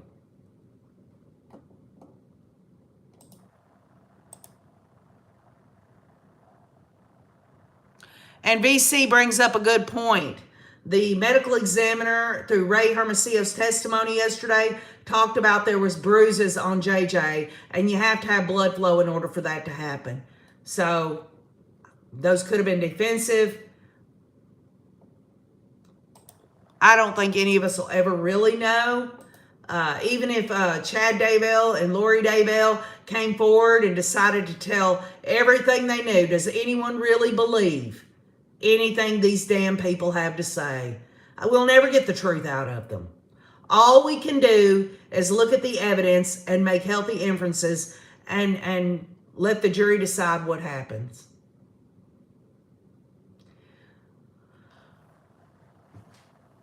Just a side note, y'all, Thomas object to having that evidence admitted of the PowerPoint.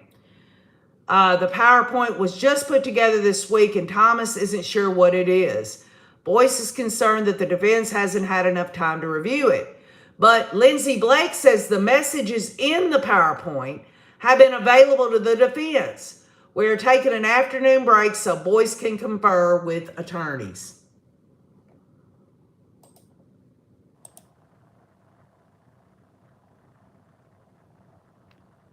Right, Casey.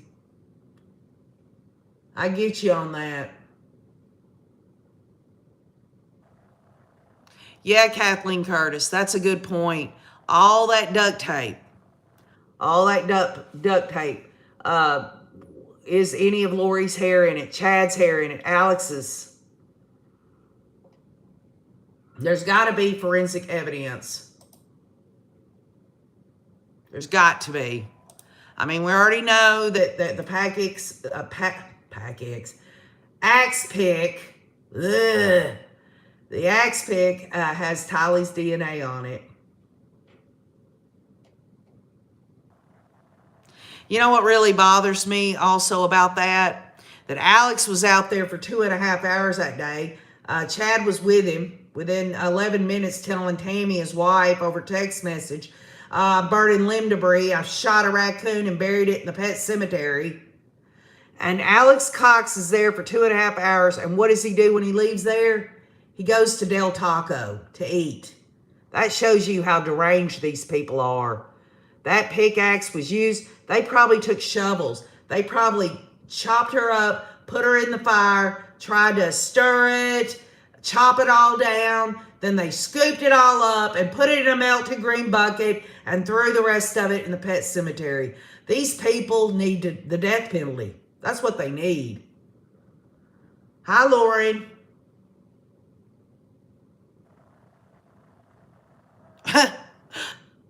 Well, Lauren, I'm glad you're here. I'm glad all of y'all are here. The Rays on here welcome you and all y'all that are not usually on here. There's much hotter place than Hawaii where Lori will have a permanent vacation, says Ginger Ian. Margot Pack says, yep. Norma Guerra says, monsters. Susie Adrian says, yes, duct tape found in the garage.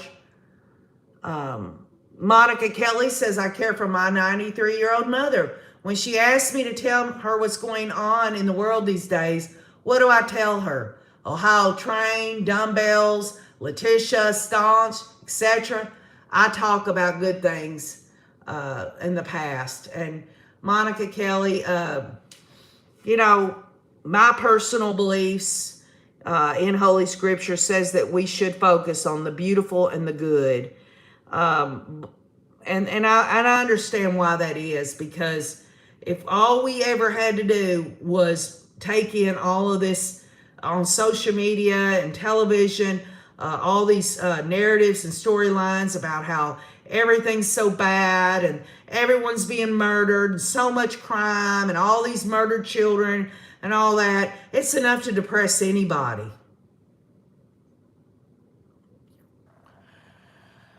Good Grandma says, I wonder how much medication they're giving Lori. Well, they're giving her something.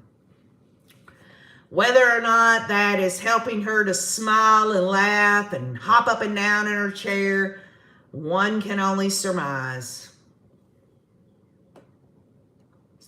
Okay, now this break is for the jurors. Y'all excuse me, my cat needs to be let in. Come on, sugar baby. Come on. Which door are you in? Come on. Where are you at? Come on. Quit whining. You just quit that whining. You just quit it.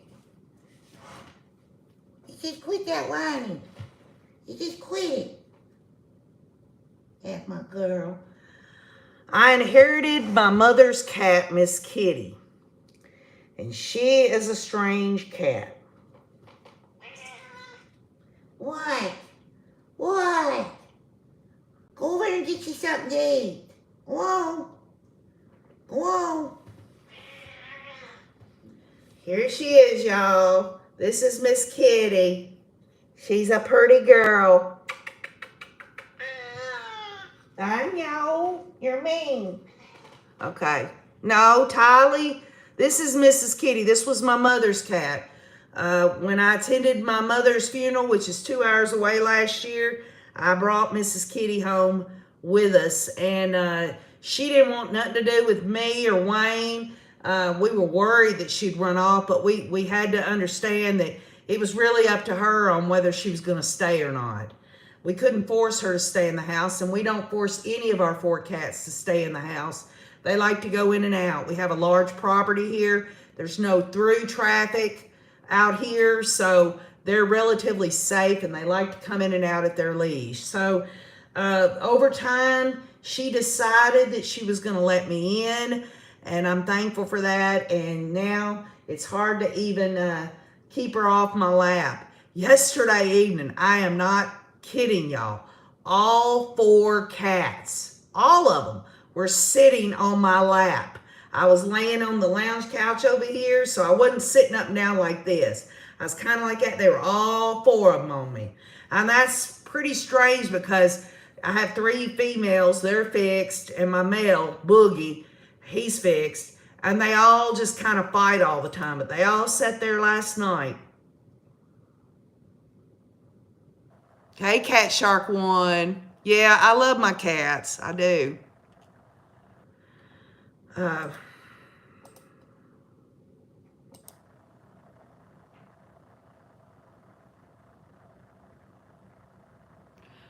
Monica Kelly says, I got my mom a cat. They are amazing pets for elderly people who cannot care for cats. See, cats, they're so self-sufficient. And really, my cats have trained me, basically, on, hey, those people that stand outside those real high-dollar hotels and they open doors? That's okay, Jay.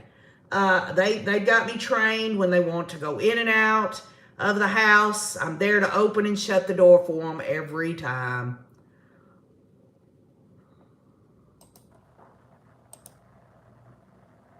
So, y'all, we are currently on a juror break while Judge Boyce looks into this PowerPoint.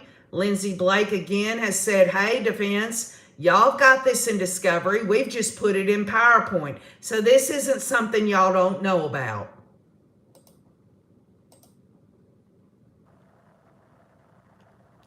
The judge has been really good about stopping for the day at around 3:30 their time. So it looks like we've got about 1 more hour before the day's events will be in the books. And then again, of course, tomorrow they'll have another hopefully full day of trial testimony with the state's case. And then Monday there will be no trial at all because of Lindsay Blake and her loved one passing away, i.e. funeral. Someone had brought up to me, and it makes a lot of sense, that a lot of these victims' family members are having to stay in Boise, Idaho, and they don't live there. This is a big expense on them. For every day that they don't move this trial along, it's already going to be 8 to 10 weeks. So to take that Monday, I get it. Lindsay Blake, she deserves to go to the funeral of her loved one. We don't know who that is. It could have been a distant relative. It could be somebody very close in her immediate. We don't know. Nobody has said. But the bottom line is this is going to be quite a burden for these victims' family members to get justice. Obviously, you can't put a price tag on that, but for anyone that would like to help a victim's family member, you've got Krisha K. Easton of Difficult Research. Difficult Research is on YouTube. Go there, go to her About section. She has several ways you can help be supportive of her. Her and her fiance, Jason, they have children and everything. He's on disability and stuff. They're on a fixed income. And so if you would like to give a small donation, if not, if you can't afford to do that, just be there to be supportive of her through your comments. I'm sure she'll get back with everyone. She's got one heck of a catalog, a lot of videos since all of this started. She's on a mission. Her slogan per se is love always wins. And I can embrace that for sure. I love Krisha. I love Larry, Kay, Jason, their whole family, their children. Wonderful, wonderful people.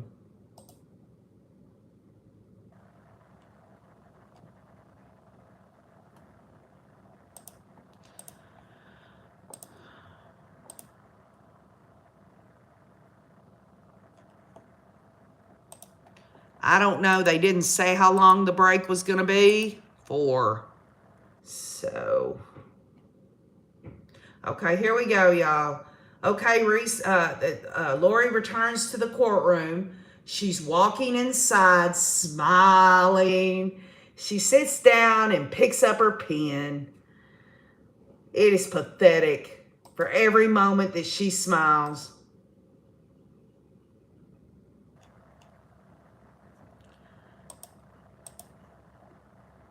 The jurors are not back in there yet.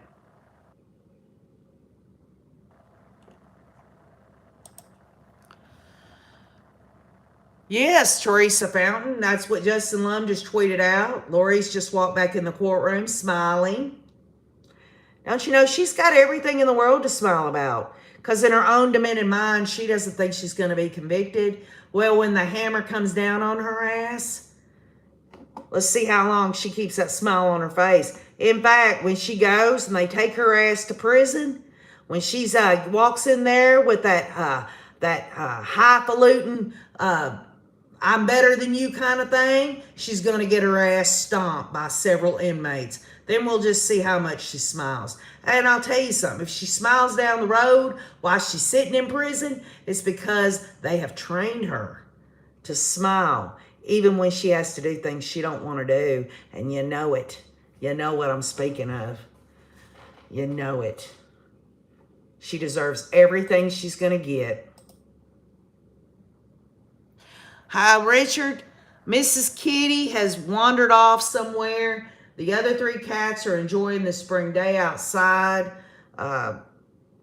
If one of them comes by, I'll pick it up and let you see it.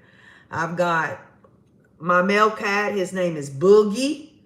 I have Tylee, and many of the Rays on here remember when I got her, she was just a kitten. And it was right when we started to cover this case, I named her Tylee after, obviously, Tylee. And she's grown into a great big cat. Then you've got Chi-Chi, and I named Chi-Chi after Goku's wife on Dragon Ball Z. His wife's name was Chi-Chi. For those that are not, do not know what Dragon Ball Z is, it's a cartoon where they go, "Hami, hami, ha!" And they have these lightning things that come out of their hands, and they can fly through the air and all that. Obviously, I've raised 3 boys, so that's where that all came from. And then, of course, Mrs. Kitty, who I inherited from my mother, who passed away last year. And she's a strange one. She's a lot like old KJ.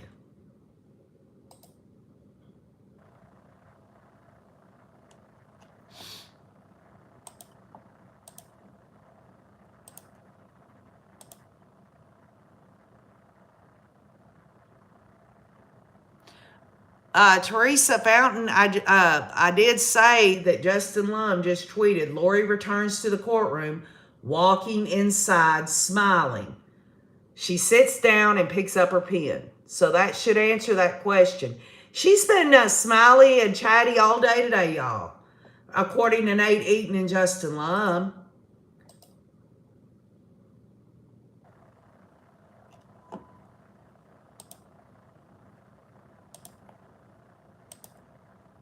I thought I'd answered that before, but maybe I wasn't clear.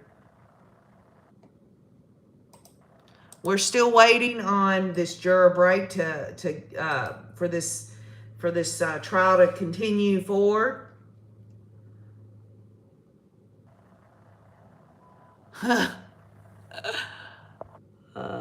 Irene Calixico says, "Hi, the dog I inherited from my mom is just like her too. Sweet, odd, and aloft." Oh, what kind of drugs are they giving her? She wants to play psycho when this is over, says Kristen09. I'm assuming that, we have no idea what her her mental diagnosis is. We do know, according to the legal documents, that Archie has stated that, I believe it's 4 Idaho Department of Health and Welfare professionals have looked her over, plus they hired themselves after she got out of that 10 months. She was back in for 3 weeks, or not back in, but she was being evaluated, that the defense hired 2. So that was 6. It was either 6 or 7. And the only thing that he said in the legal document, Archie being Lori's attorney, was that there were varying degrees of mental diagnoses. Well, I can tell you what, she's evil, she's narcissistic, she's psychopathic, and she's a serial killer. That's KJ's diagnosis of the queen. She is acting, says Lost Cookie. Yeah, she probably is malingering. She's not aging well, lost her looks, says Susie Adrian.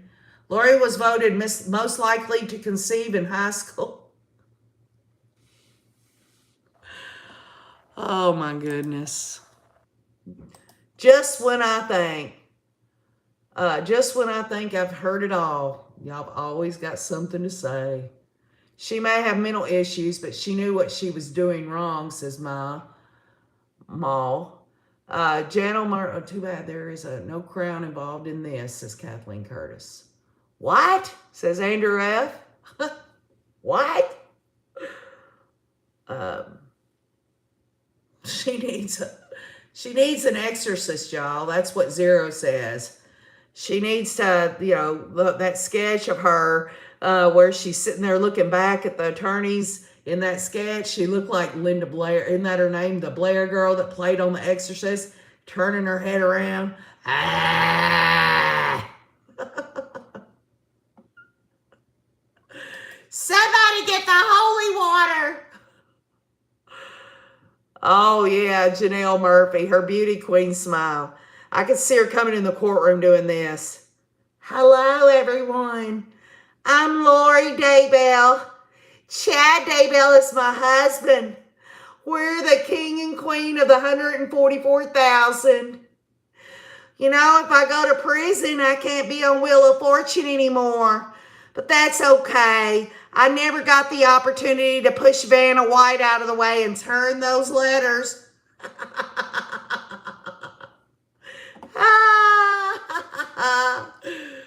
Oh, goodness.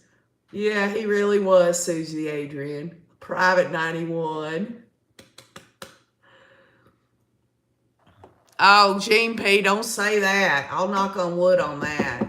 They had that bomb threat with Alex Murdaugh's trial. Maybe one of these other cult members that we don't know about, the known and unknown in the indictment, maybe they'll do that.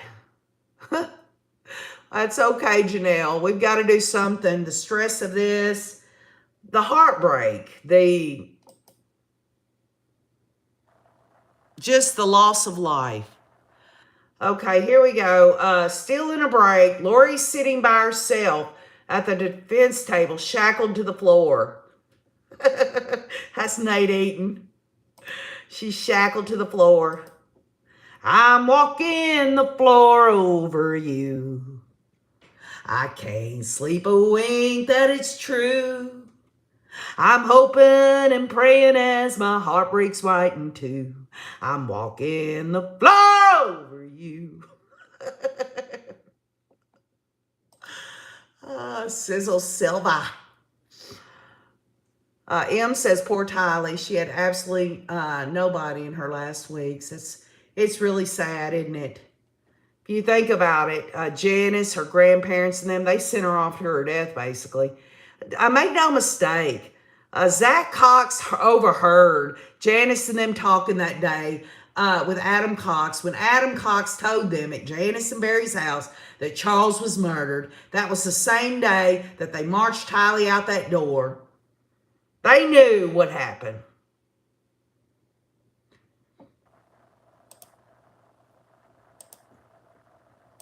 These people have got to live with it the rest of their lives. Again, let me just say this. These people have no conscience. None of them.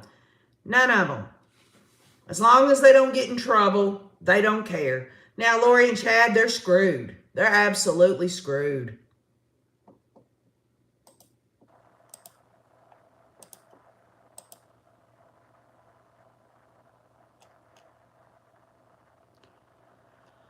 I just wish they'd hurry up, y'all.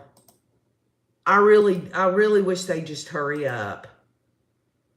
I want to see this. I want to know what's in this PowerPoint. I mean, it's got to be the timeline, perhaps, of events in Charles Vallow's murder. It's so important. The fact that he's been brought into this trial speaks volumes to me. I think it was important that they do that. I thought they wasn't going to do it. Y'all know how right I've been. I ain't been right very often, but sometimes I am. The bottom line is Lori has to know. She has to know that Charles Vallow, Tylee, JJ, Tammy, and even Joe Ryan are they're probably gonna visit her. Just remember when the judge in the Alex Murdaugh trial said, "I bet your wife and son will visit you in the night times in your dreams." I hope that Charles Vallow and the kids and Tammy Daybell and Joseph Ryan visit Lori as she's laying on her cot in a prison cell for the rest of her despicable life.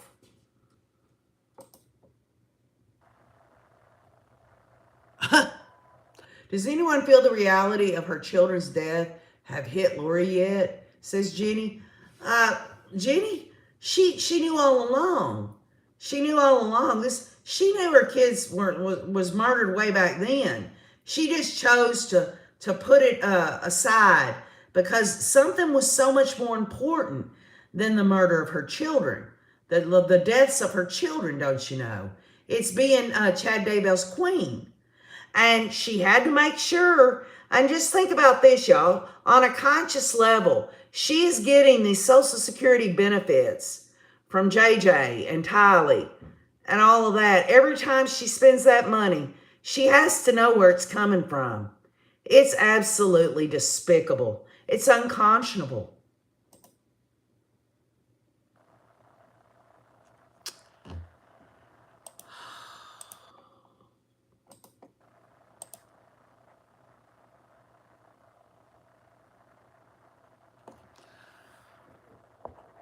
Jerry Harris says, I wonder if she puts on a smile for Larry and Kay, still trying to show them she's in charge.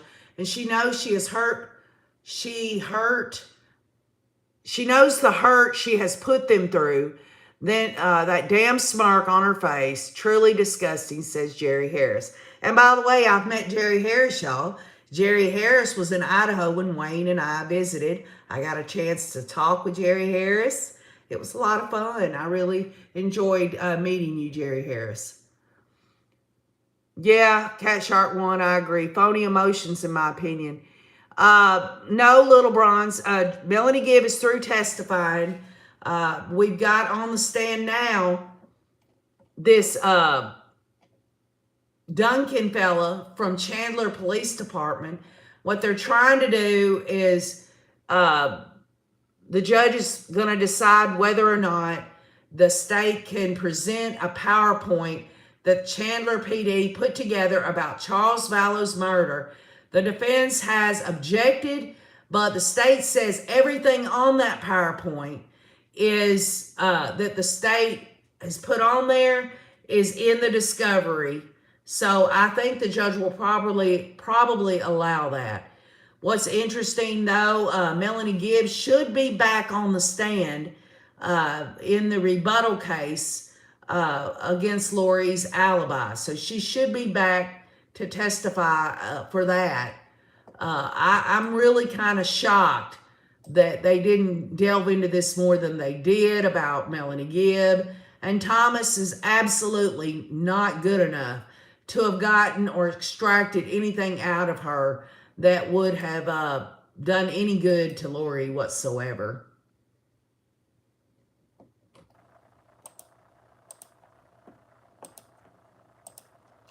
I'm refreshing y'all, hoping they'll hurry up and come back.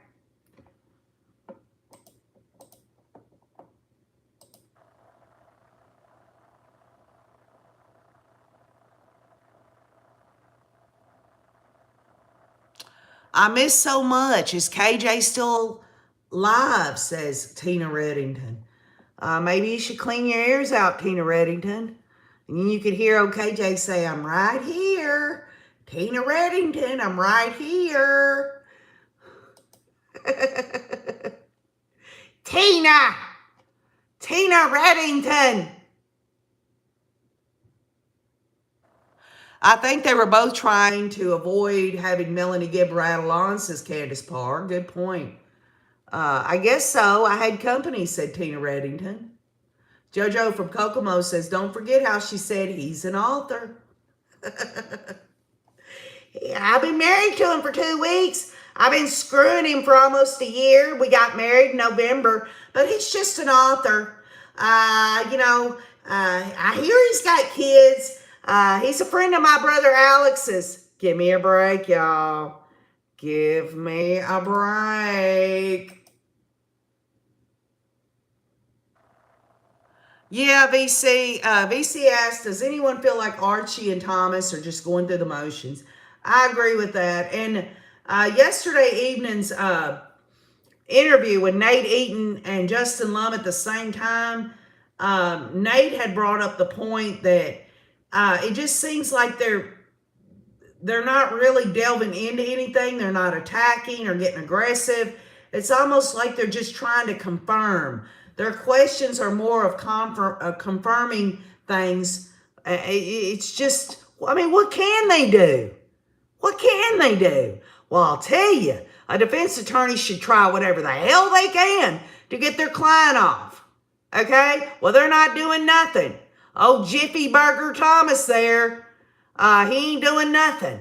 He's objecting and it's getting overruled left and right. He's trying to get Melanie Gibbs' testimony stricken from the record, and the judge told him, no, and if you try this again, I'm going to rule the same way. You got him just left and right, one thing after another. We're back in the courtroom, and Blake says the prosecution will move on to other issues and give the defense tonight to look over the PowerPoint. The presentation will be dealt with tomorrow morning in court. So that's what we've got to look forward to tomorrow morning, y'all, is the PowerPoint. So they're going to go over other stuff. Let's see what they talk about.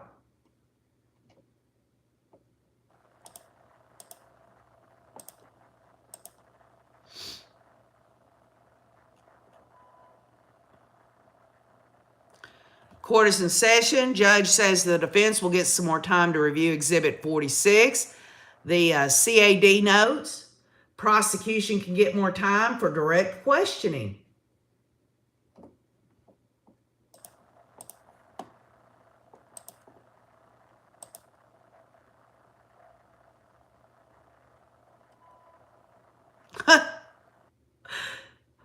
Nate Eaton says this, y'all. Listen to this. Nate says, Lori just turned around and smiled in our direction before turning back to look at the prosecutors. She is a nut. She is on trial for a triple murder, and she turns around. She's like this. She's facing forward, and she turns around and goes, y'all, that's creepy. That is so creepy. That woman is a nut job. She's creepy. Wonder if she smiled with any of the jurors over there. Wonder if the jurors are looking at her smiling at everybody as she turns around. It's got to be crazy. Oh my gosh. What the hell she have to smile about? She ain't got nothing to smile about.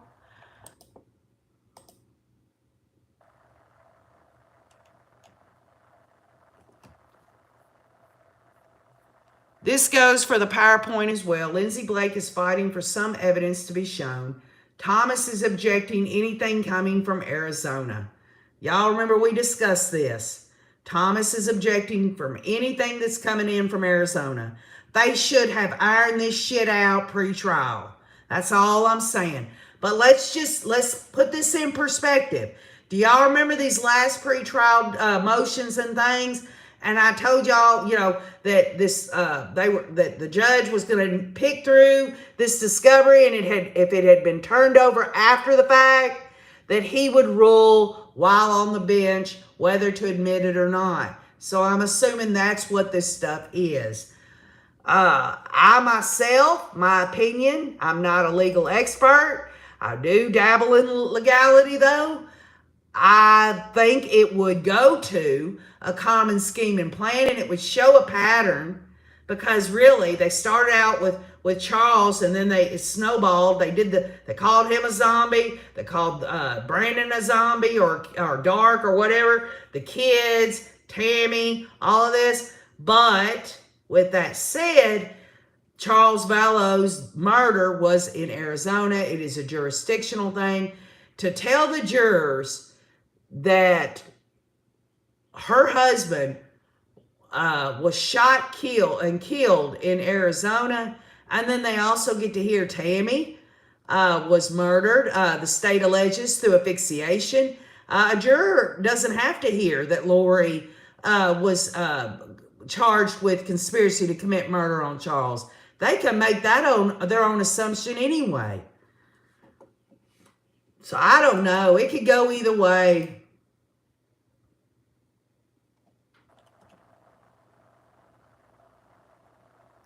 Blake argues that the Idaho Rule 404B states that evidence from other crimes or acts can be admissible for showing what, y'all? Motive. Now, motive does not have to be proven. What does have to be proven in a court of law, in a criminal case? Criminal intent. But motive does not have to be proven. But as some of y'all who went and watched the Alex Murdaugh trial, remember, they were able to get the financial crimes in to prove what? His motive for doing what he did. Alex Murdaugh. So this is what Blake is arguing, that Idaho Rule 404B states that evidence from other crimes or acts can be admissible for showing motive. It's a narrow thing. And the judge can instruct the jurors, hey, this evidence that we're going to present to y'all, you can only look at this as a motive. Nothing else. You can't take it into consideration with anything else.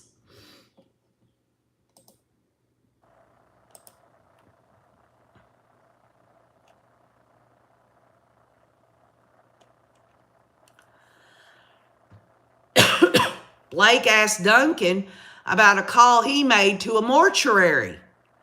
He was asked by the FBI to call Valley of the Sun Mortuary in Arizona.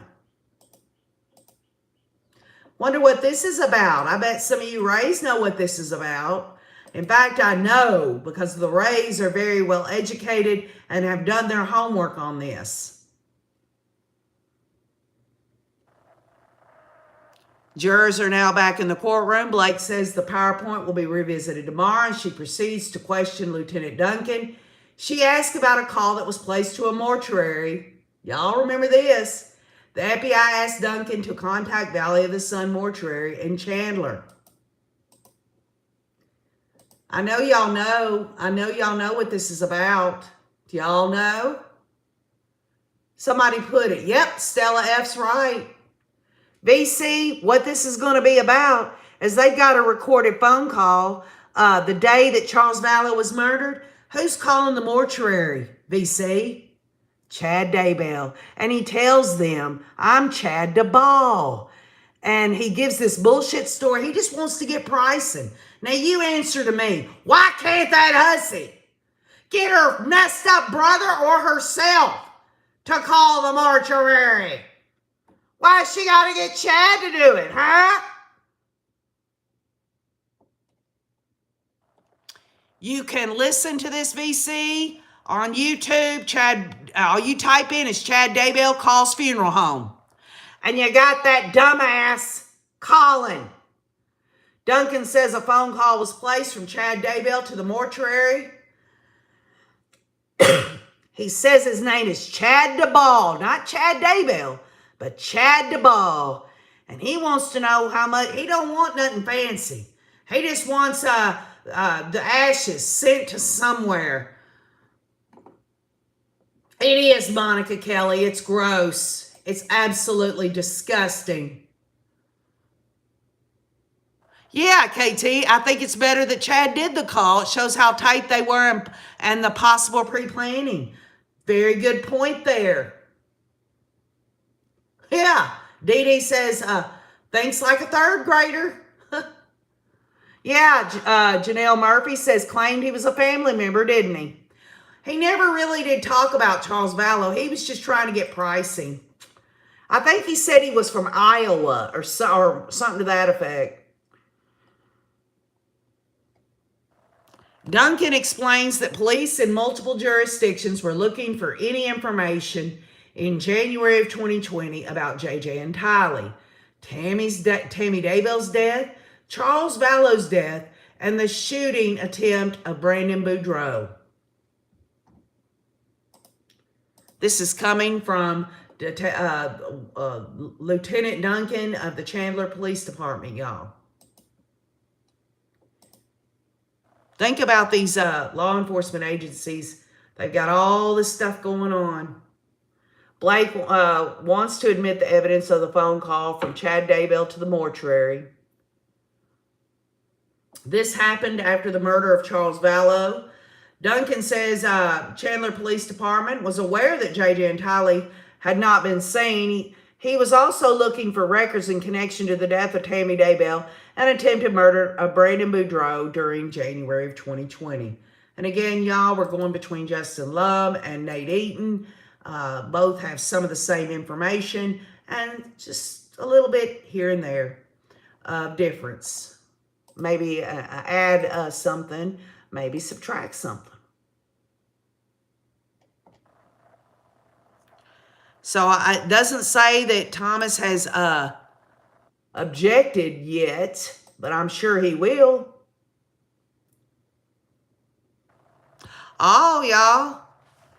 Blake asked to admit the call into evidence. It is now being played for the jury. Hello? My name is Chad DeBall. I want to get some pricing on, having someone's ashes sent. I've got a family member in Iowa. I need to kind of, nothing fancy. We want to cremate them and send the ashes somewhere. Can you kind of give me some kind of price list on that? That's basically what it talks about. And again, why is Chad doing the calling for Lori? Can't she handle it herself? She didn't have a problem, did she, y'all? She didn't have a problem at all calling about whether or not she was the insurance beneficiary for Charles's insurance policy, did she? She didn't have a problem at all doing that. I'm telling you what, these people are sick. They're absolutely sick and twisted. And let's see. Here it is, y'all. We just had a death in the family, and we really don't want anything but a cremation, and then to send the cremains to family in Louisiana. Just a simple, nothing other than cremation and sending for a service in Louisiana. Is there any way to know a ballpark price, says Chad. Chad says his name is Chad Daybell, but then spells it D-A-B-E-L. He is asked how he's related to the person who passed, and Chad says, I'm his nephew, and the operator asks what his uncle's name is for reference. Oh. He wasn't ready for that, was he? Chad says, here we go. Chad says that his deceased, his uncle He says the name of the deceased is John Myron DeBall. The operator asks if the person who died is at a nursing home, hospital, or residence, and Chad says he passed away at a hospital, but he doesn't know the details. Incredible.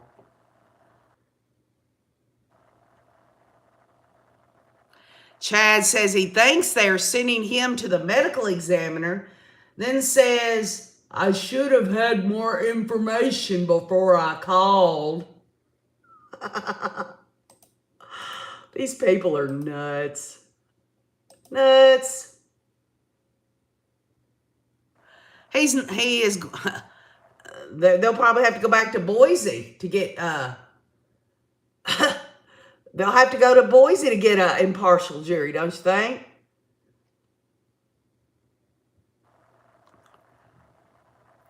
Chad claims to be the nephew of John Myron DeBall, who died in the hospital, and they want to send cremated remains to New Orleans.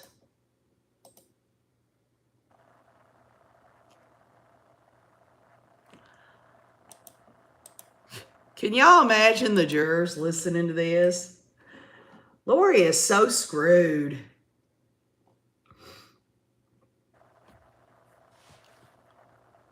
The funeral director is now talking with Chad. He says his uncle doesn't have many relatives. Chad says he is his nephew and he lives in Iowa. Chad says what the family basically wants is to have him cremated in Chandler and have his cremains shipped to New Orleans, and we will deal with his service later.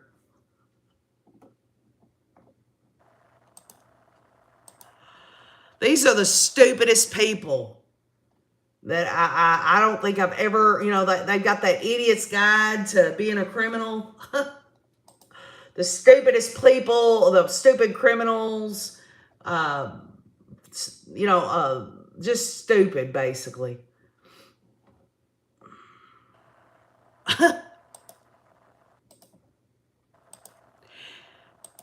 Lori's just sitting there listening to Chad on that phone call that's being played right now. She's probably getting real, moist. She's probably thinking of her king.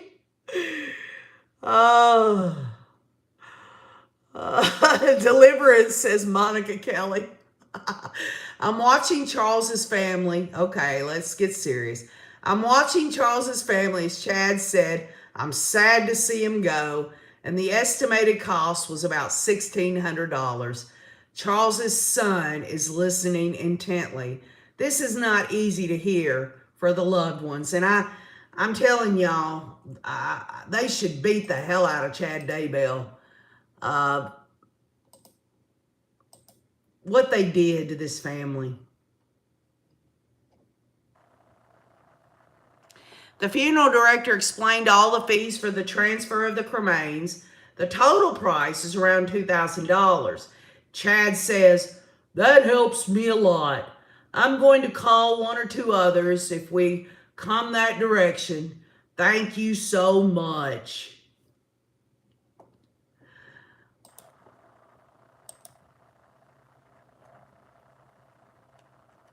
And really think about it like this, y'all. Lori did have to pay. She had to pay to get Charles's remains cremated.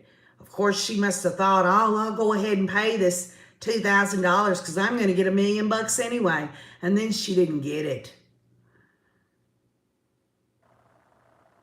Duncan says the call to the funeral home was placed the evening following Charles's death. The phone number on the call has been confirmed to be Chad's phone. Charles was originally from Louisiana.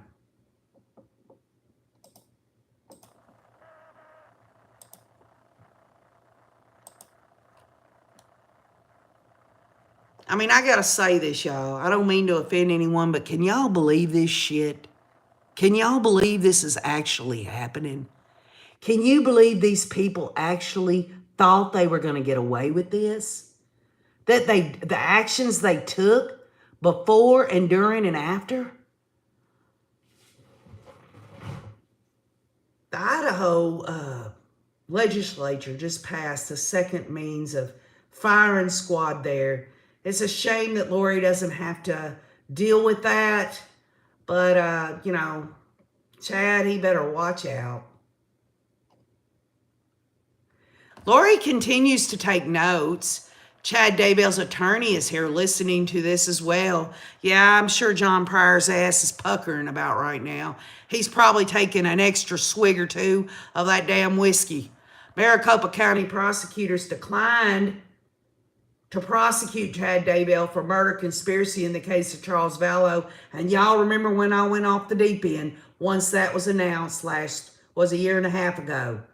Chad Daybell should have been charged with conspiracy to commit murder on Charles Vallow as well, and be right there with his queen. That is a travesty of justice.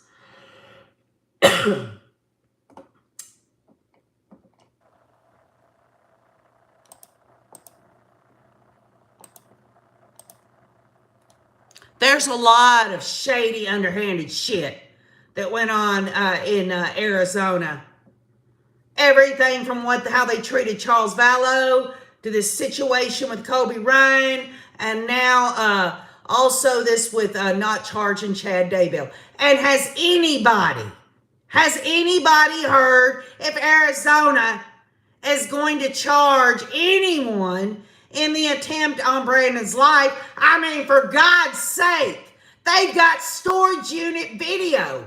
They've got Chad and Alex talking before Alex was in Arizona trying to shoot at Brandon, and after. They've got Lori, Chad, and Alex working together with the Jeep seat and tire,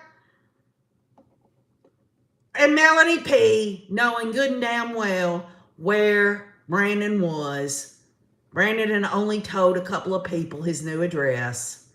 They need to charge that damn hussy too.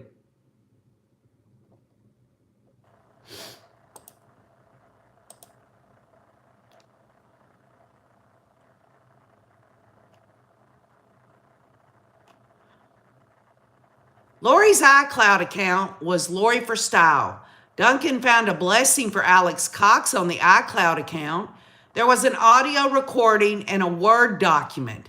Chad and Lori were on the recording. The blessing was called a patriarchal blessing. Duncan says those types of blessings are attached to the Mormon religion, the Church of Jesus Christ of Latter-day Saints.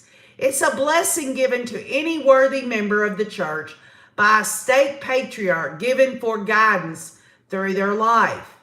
Chad gave Alex Cox this blessing, but Chad was not the stake patriarch. No, he wasn't.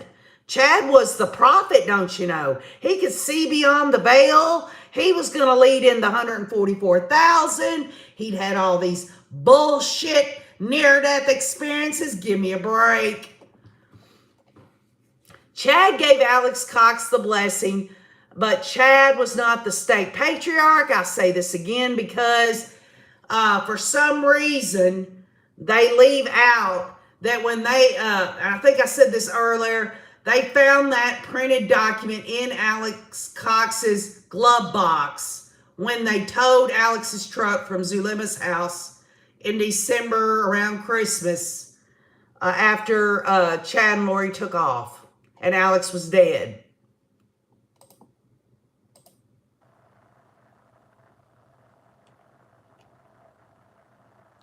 Blake asked to admit the recording of the blessing, y'all. It's about 15 minutes long. We're now hearing the blessing. It was given June 24th of 2019. Now think about that, y'all. Charles was murdered July of 2019. So they're psyching Alex up from the get-go. Chad says the blessing was given in the church, y'all, of the firstborn. What a crock of shit. What a crock.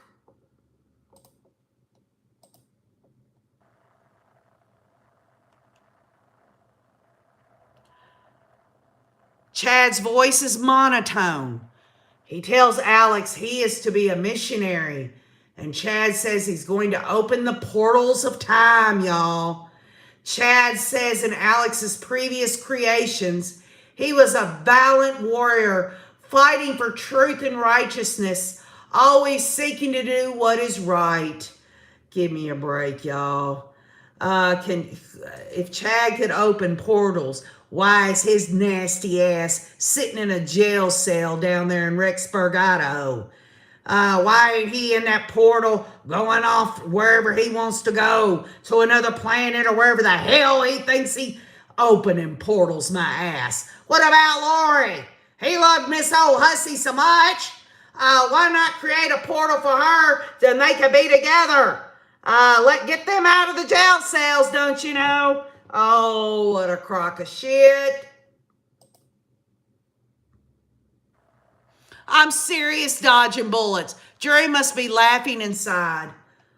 Portals? Y'all, I'm telling you.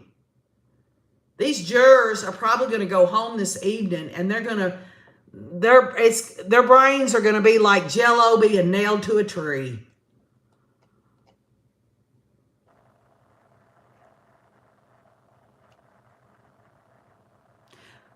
Okay, here is Justin Lum's take on it.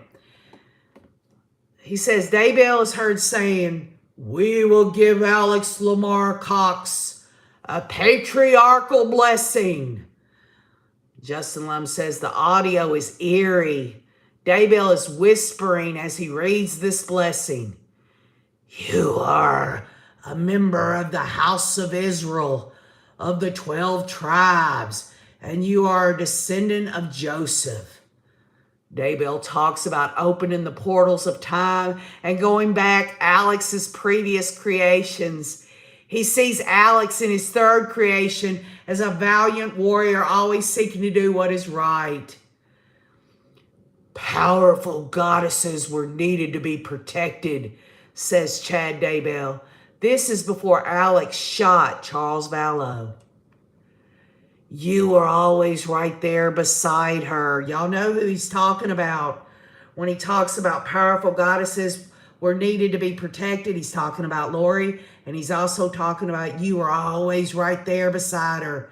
It sounds like Chad or Lori is crying, sniffling on the audio. Y'all, how utterly disgusting. Think about that. Chad and Lori are crying and sniffling. How absolutely diabolical. I truly wonder what John Pryor is thinking, says Justin Lum. He's sitting right there listening to it, y'all. Daybell is getting emotional, at least on this recording.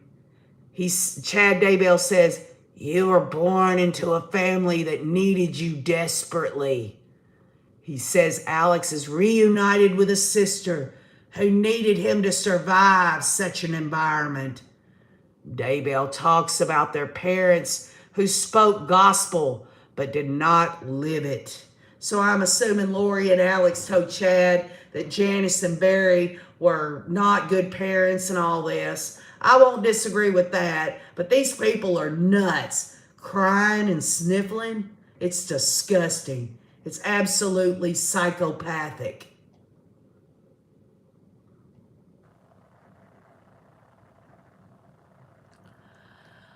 Lordy. Recording sounds like Daybell is crying. "You'll be a powerful servant. I will bless you with the knowledge that you will now move forward as a true warrior." Y'all, this stuff is pathetic. Ugh. It's creepy, so creepy. Y'all know it is.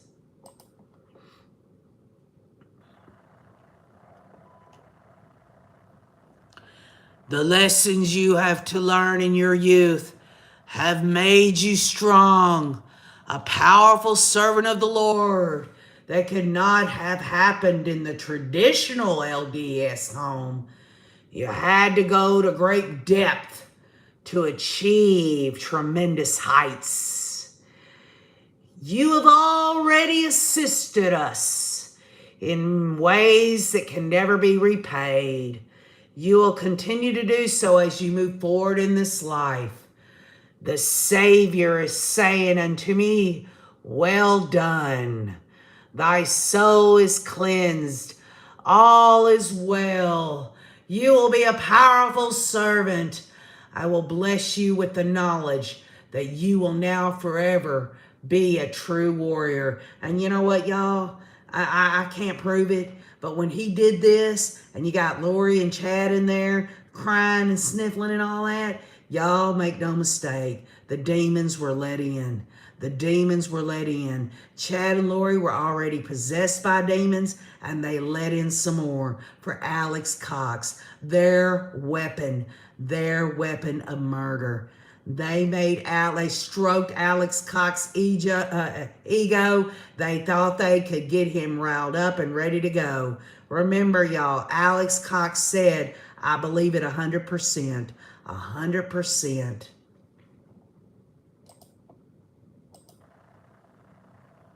It is CPAPs, totally demonic.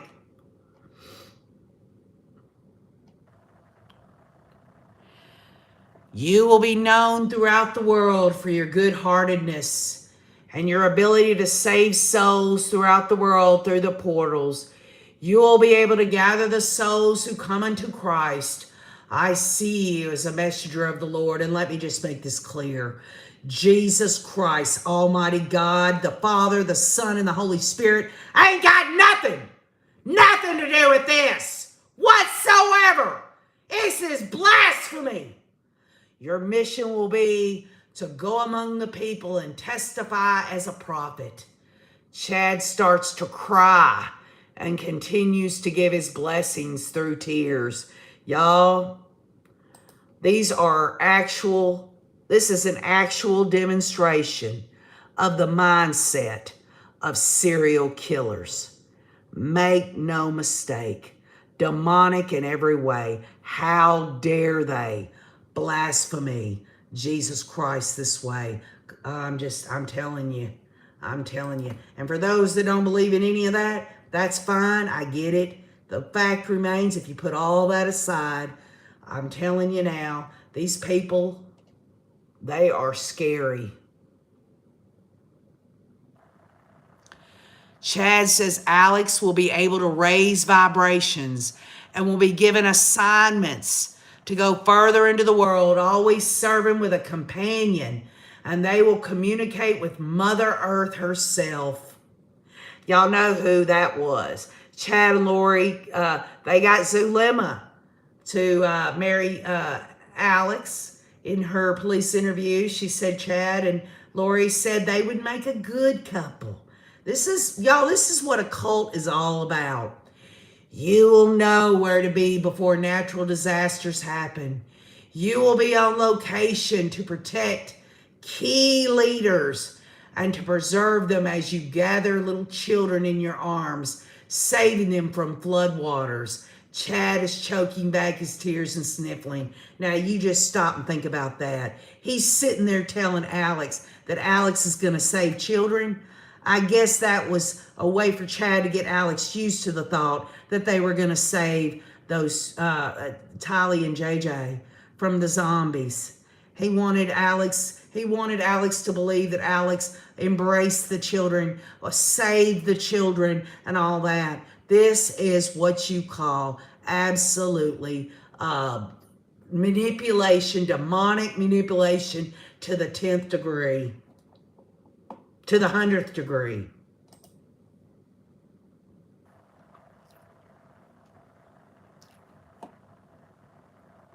What really is disturbing to me, y'all, is that Chad is choking back his tears and sniffling. It's disgusting.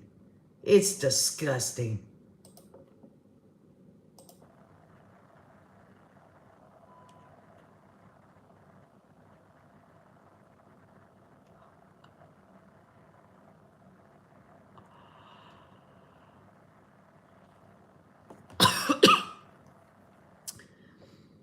This blessing is about 15 minutes. Daybell's crying, still on the audio, reading the blessing. Based on assignments, you might go further into the world, always serving, always a missionary. Daybell tells Alex that he will know where to be when disasters happen. A collage of moments waiting for you in this life, says Chad to Alex. Daybell says Alex will be looked upon as an angel on earth. You will literally glow, says Chad. Chandler PD came through with what sounds to be the most compelling evidence of the day. Everyone in the courtroom, jurors, gallery, they're all locked in on this 15-minute recording. You better believe it. This is to call Alex a angel of light. Let me tell you something. Even Satan came as an angel of light. It's in the Holy Scripture. He came that way. He was beautiful and all that. That in and of itself is the deception. And Chad Daybell, Lori Daybell, and Alex Cox are serial killing, demonically possessed zombies. I don't believe in zombies, but since they want to coin the term, that's what OKJ thinks.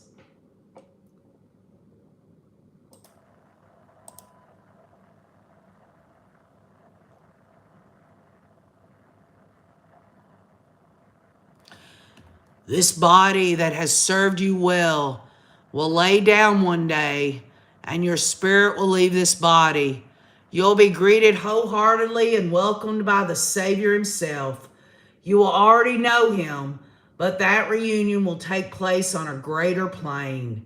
You will feel the vibration will exceed all.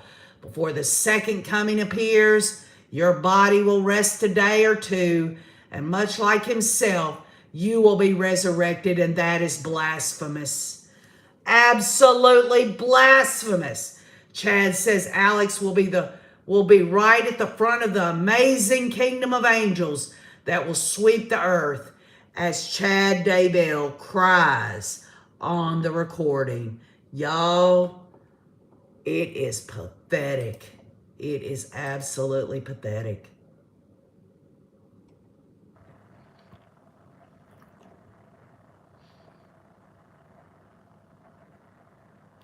Chad blessed Alex with strength, power, and dominion over the callings he will receive. Chad says Alex is part of a special team of people moving toward translation, and the Lord will be with him at all times. Chad says Alex will be a patriarch in his own home, and the veil will basically be gone. Chad says Alex now has 9 angels assigned to him to watch over him for his faithfulness. Chad blesses Alex with a strong protection against Satan and his followers, Lucifer, Cain, anyone else who comes after him. And make no mistake, they couldn't protect each other or themselves from what was already in them, which was Lucifer, Cain, and any other demonic entity. I believe in demonic possession. It's in Holy Scripture. And I'll tell y'all right now that Chad Daybell how about this, y'all? This evening, that audio is going to be released, and you're going to actually hear Chad Daybell speaking this so-called bullshit blessing, and he's going to be crying and all that. You're going to really understand how twisted and nasty these people really are. This ain't about people exercising their religious beliefs. We're talking about they got Alex Cox ready to go on a murdering rampage. Chad ends the blessing, and you can hear Lori say, Amen. Blake has one follow-up question asking if there was a timestamp when the recording was made. It was on November 24th of 2019. So think about that, y'all. That was 2 days before the welfare check on the children. This was after the murders of Charles Vallow, the attempt on Brandon Boudreaux's life, and the murder of JJ and Tylee and Tammy. So they are doing this for Alex.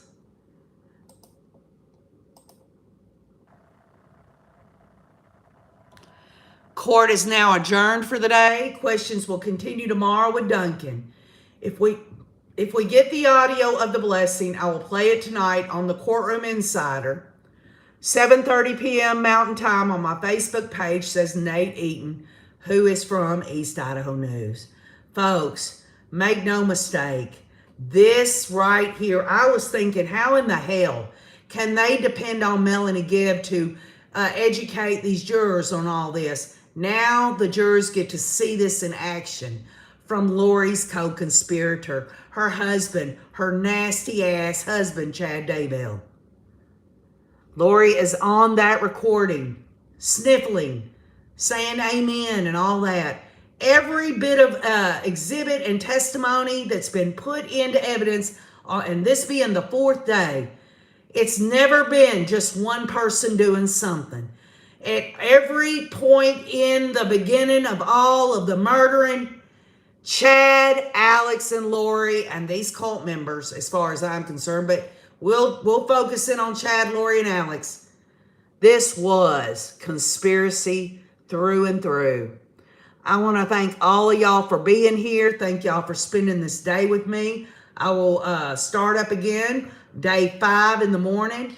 I love you all. Be looking for that audio, and we'll get back together tomorrow. Keep on looking.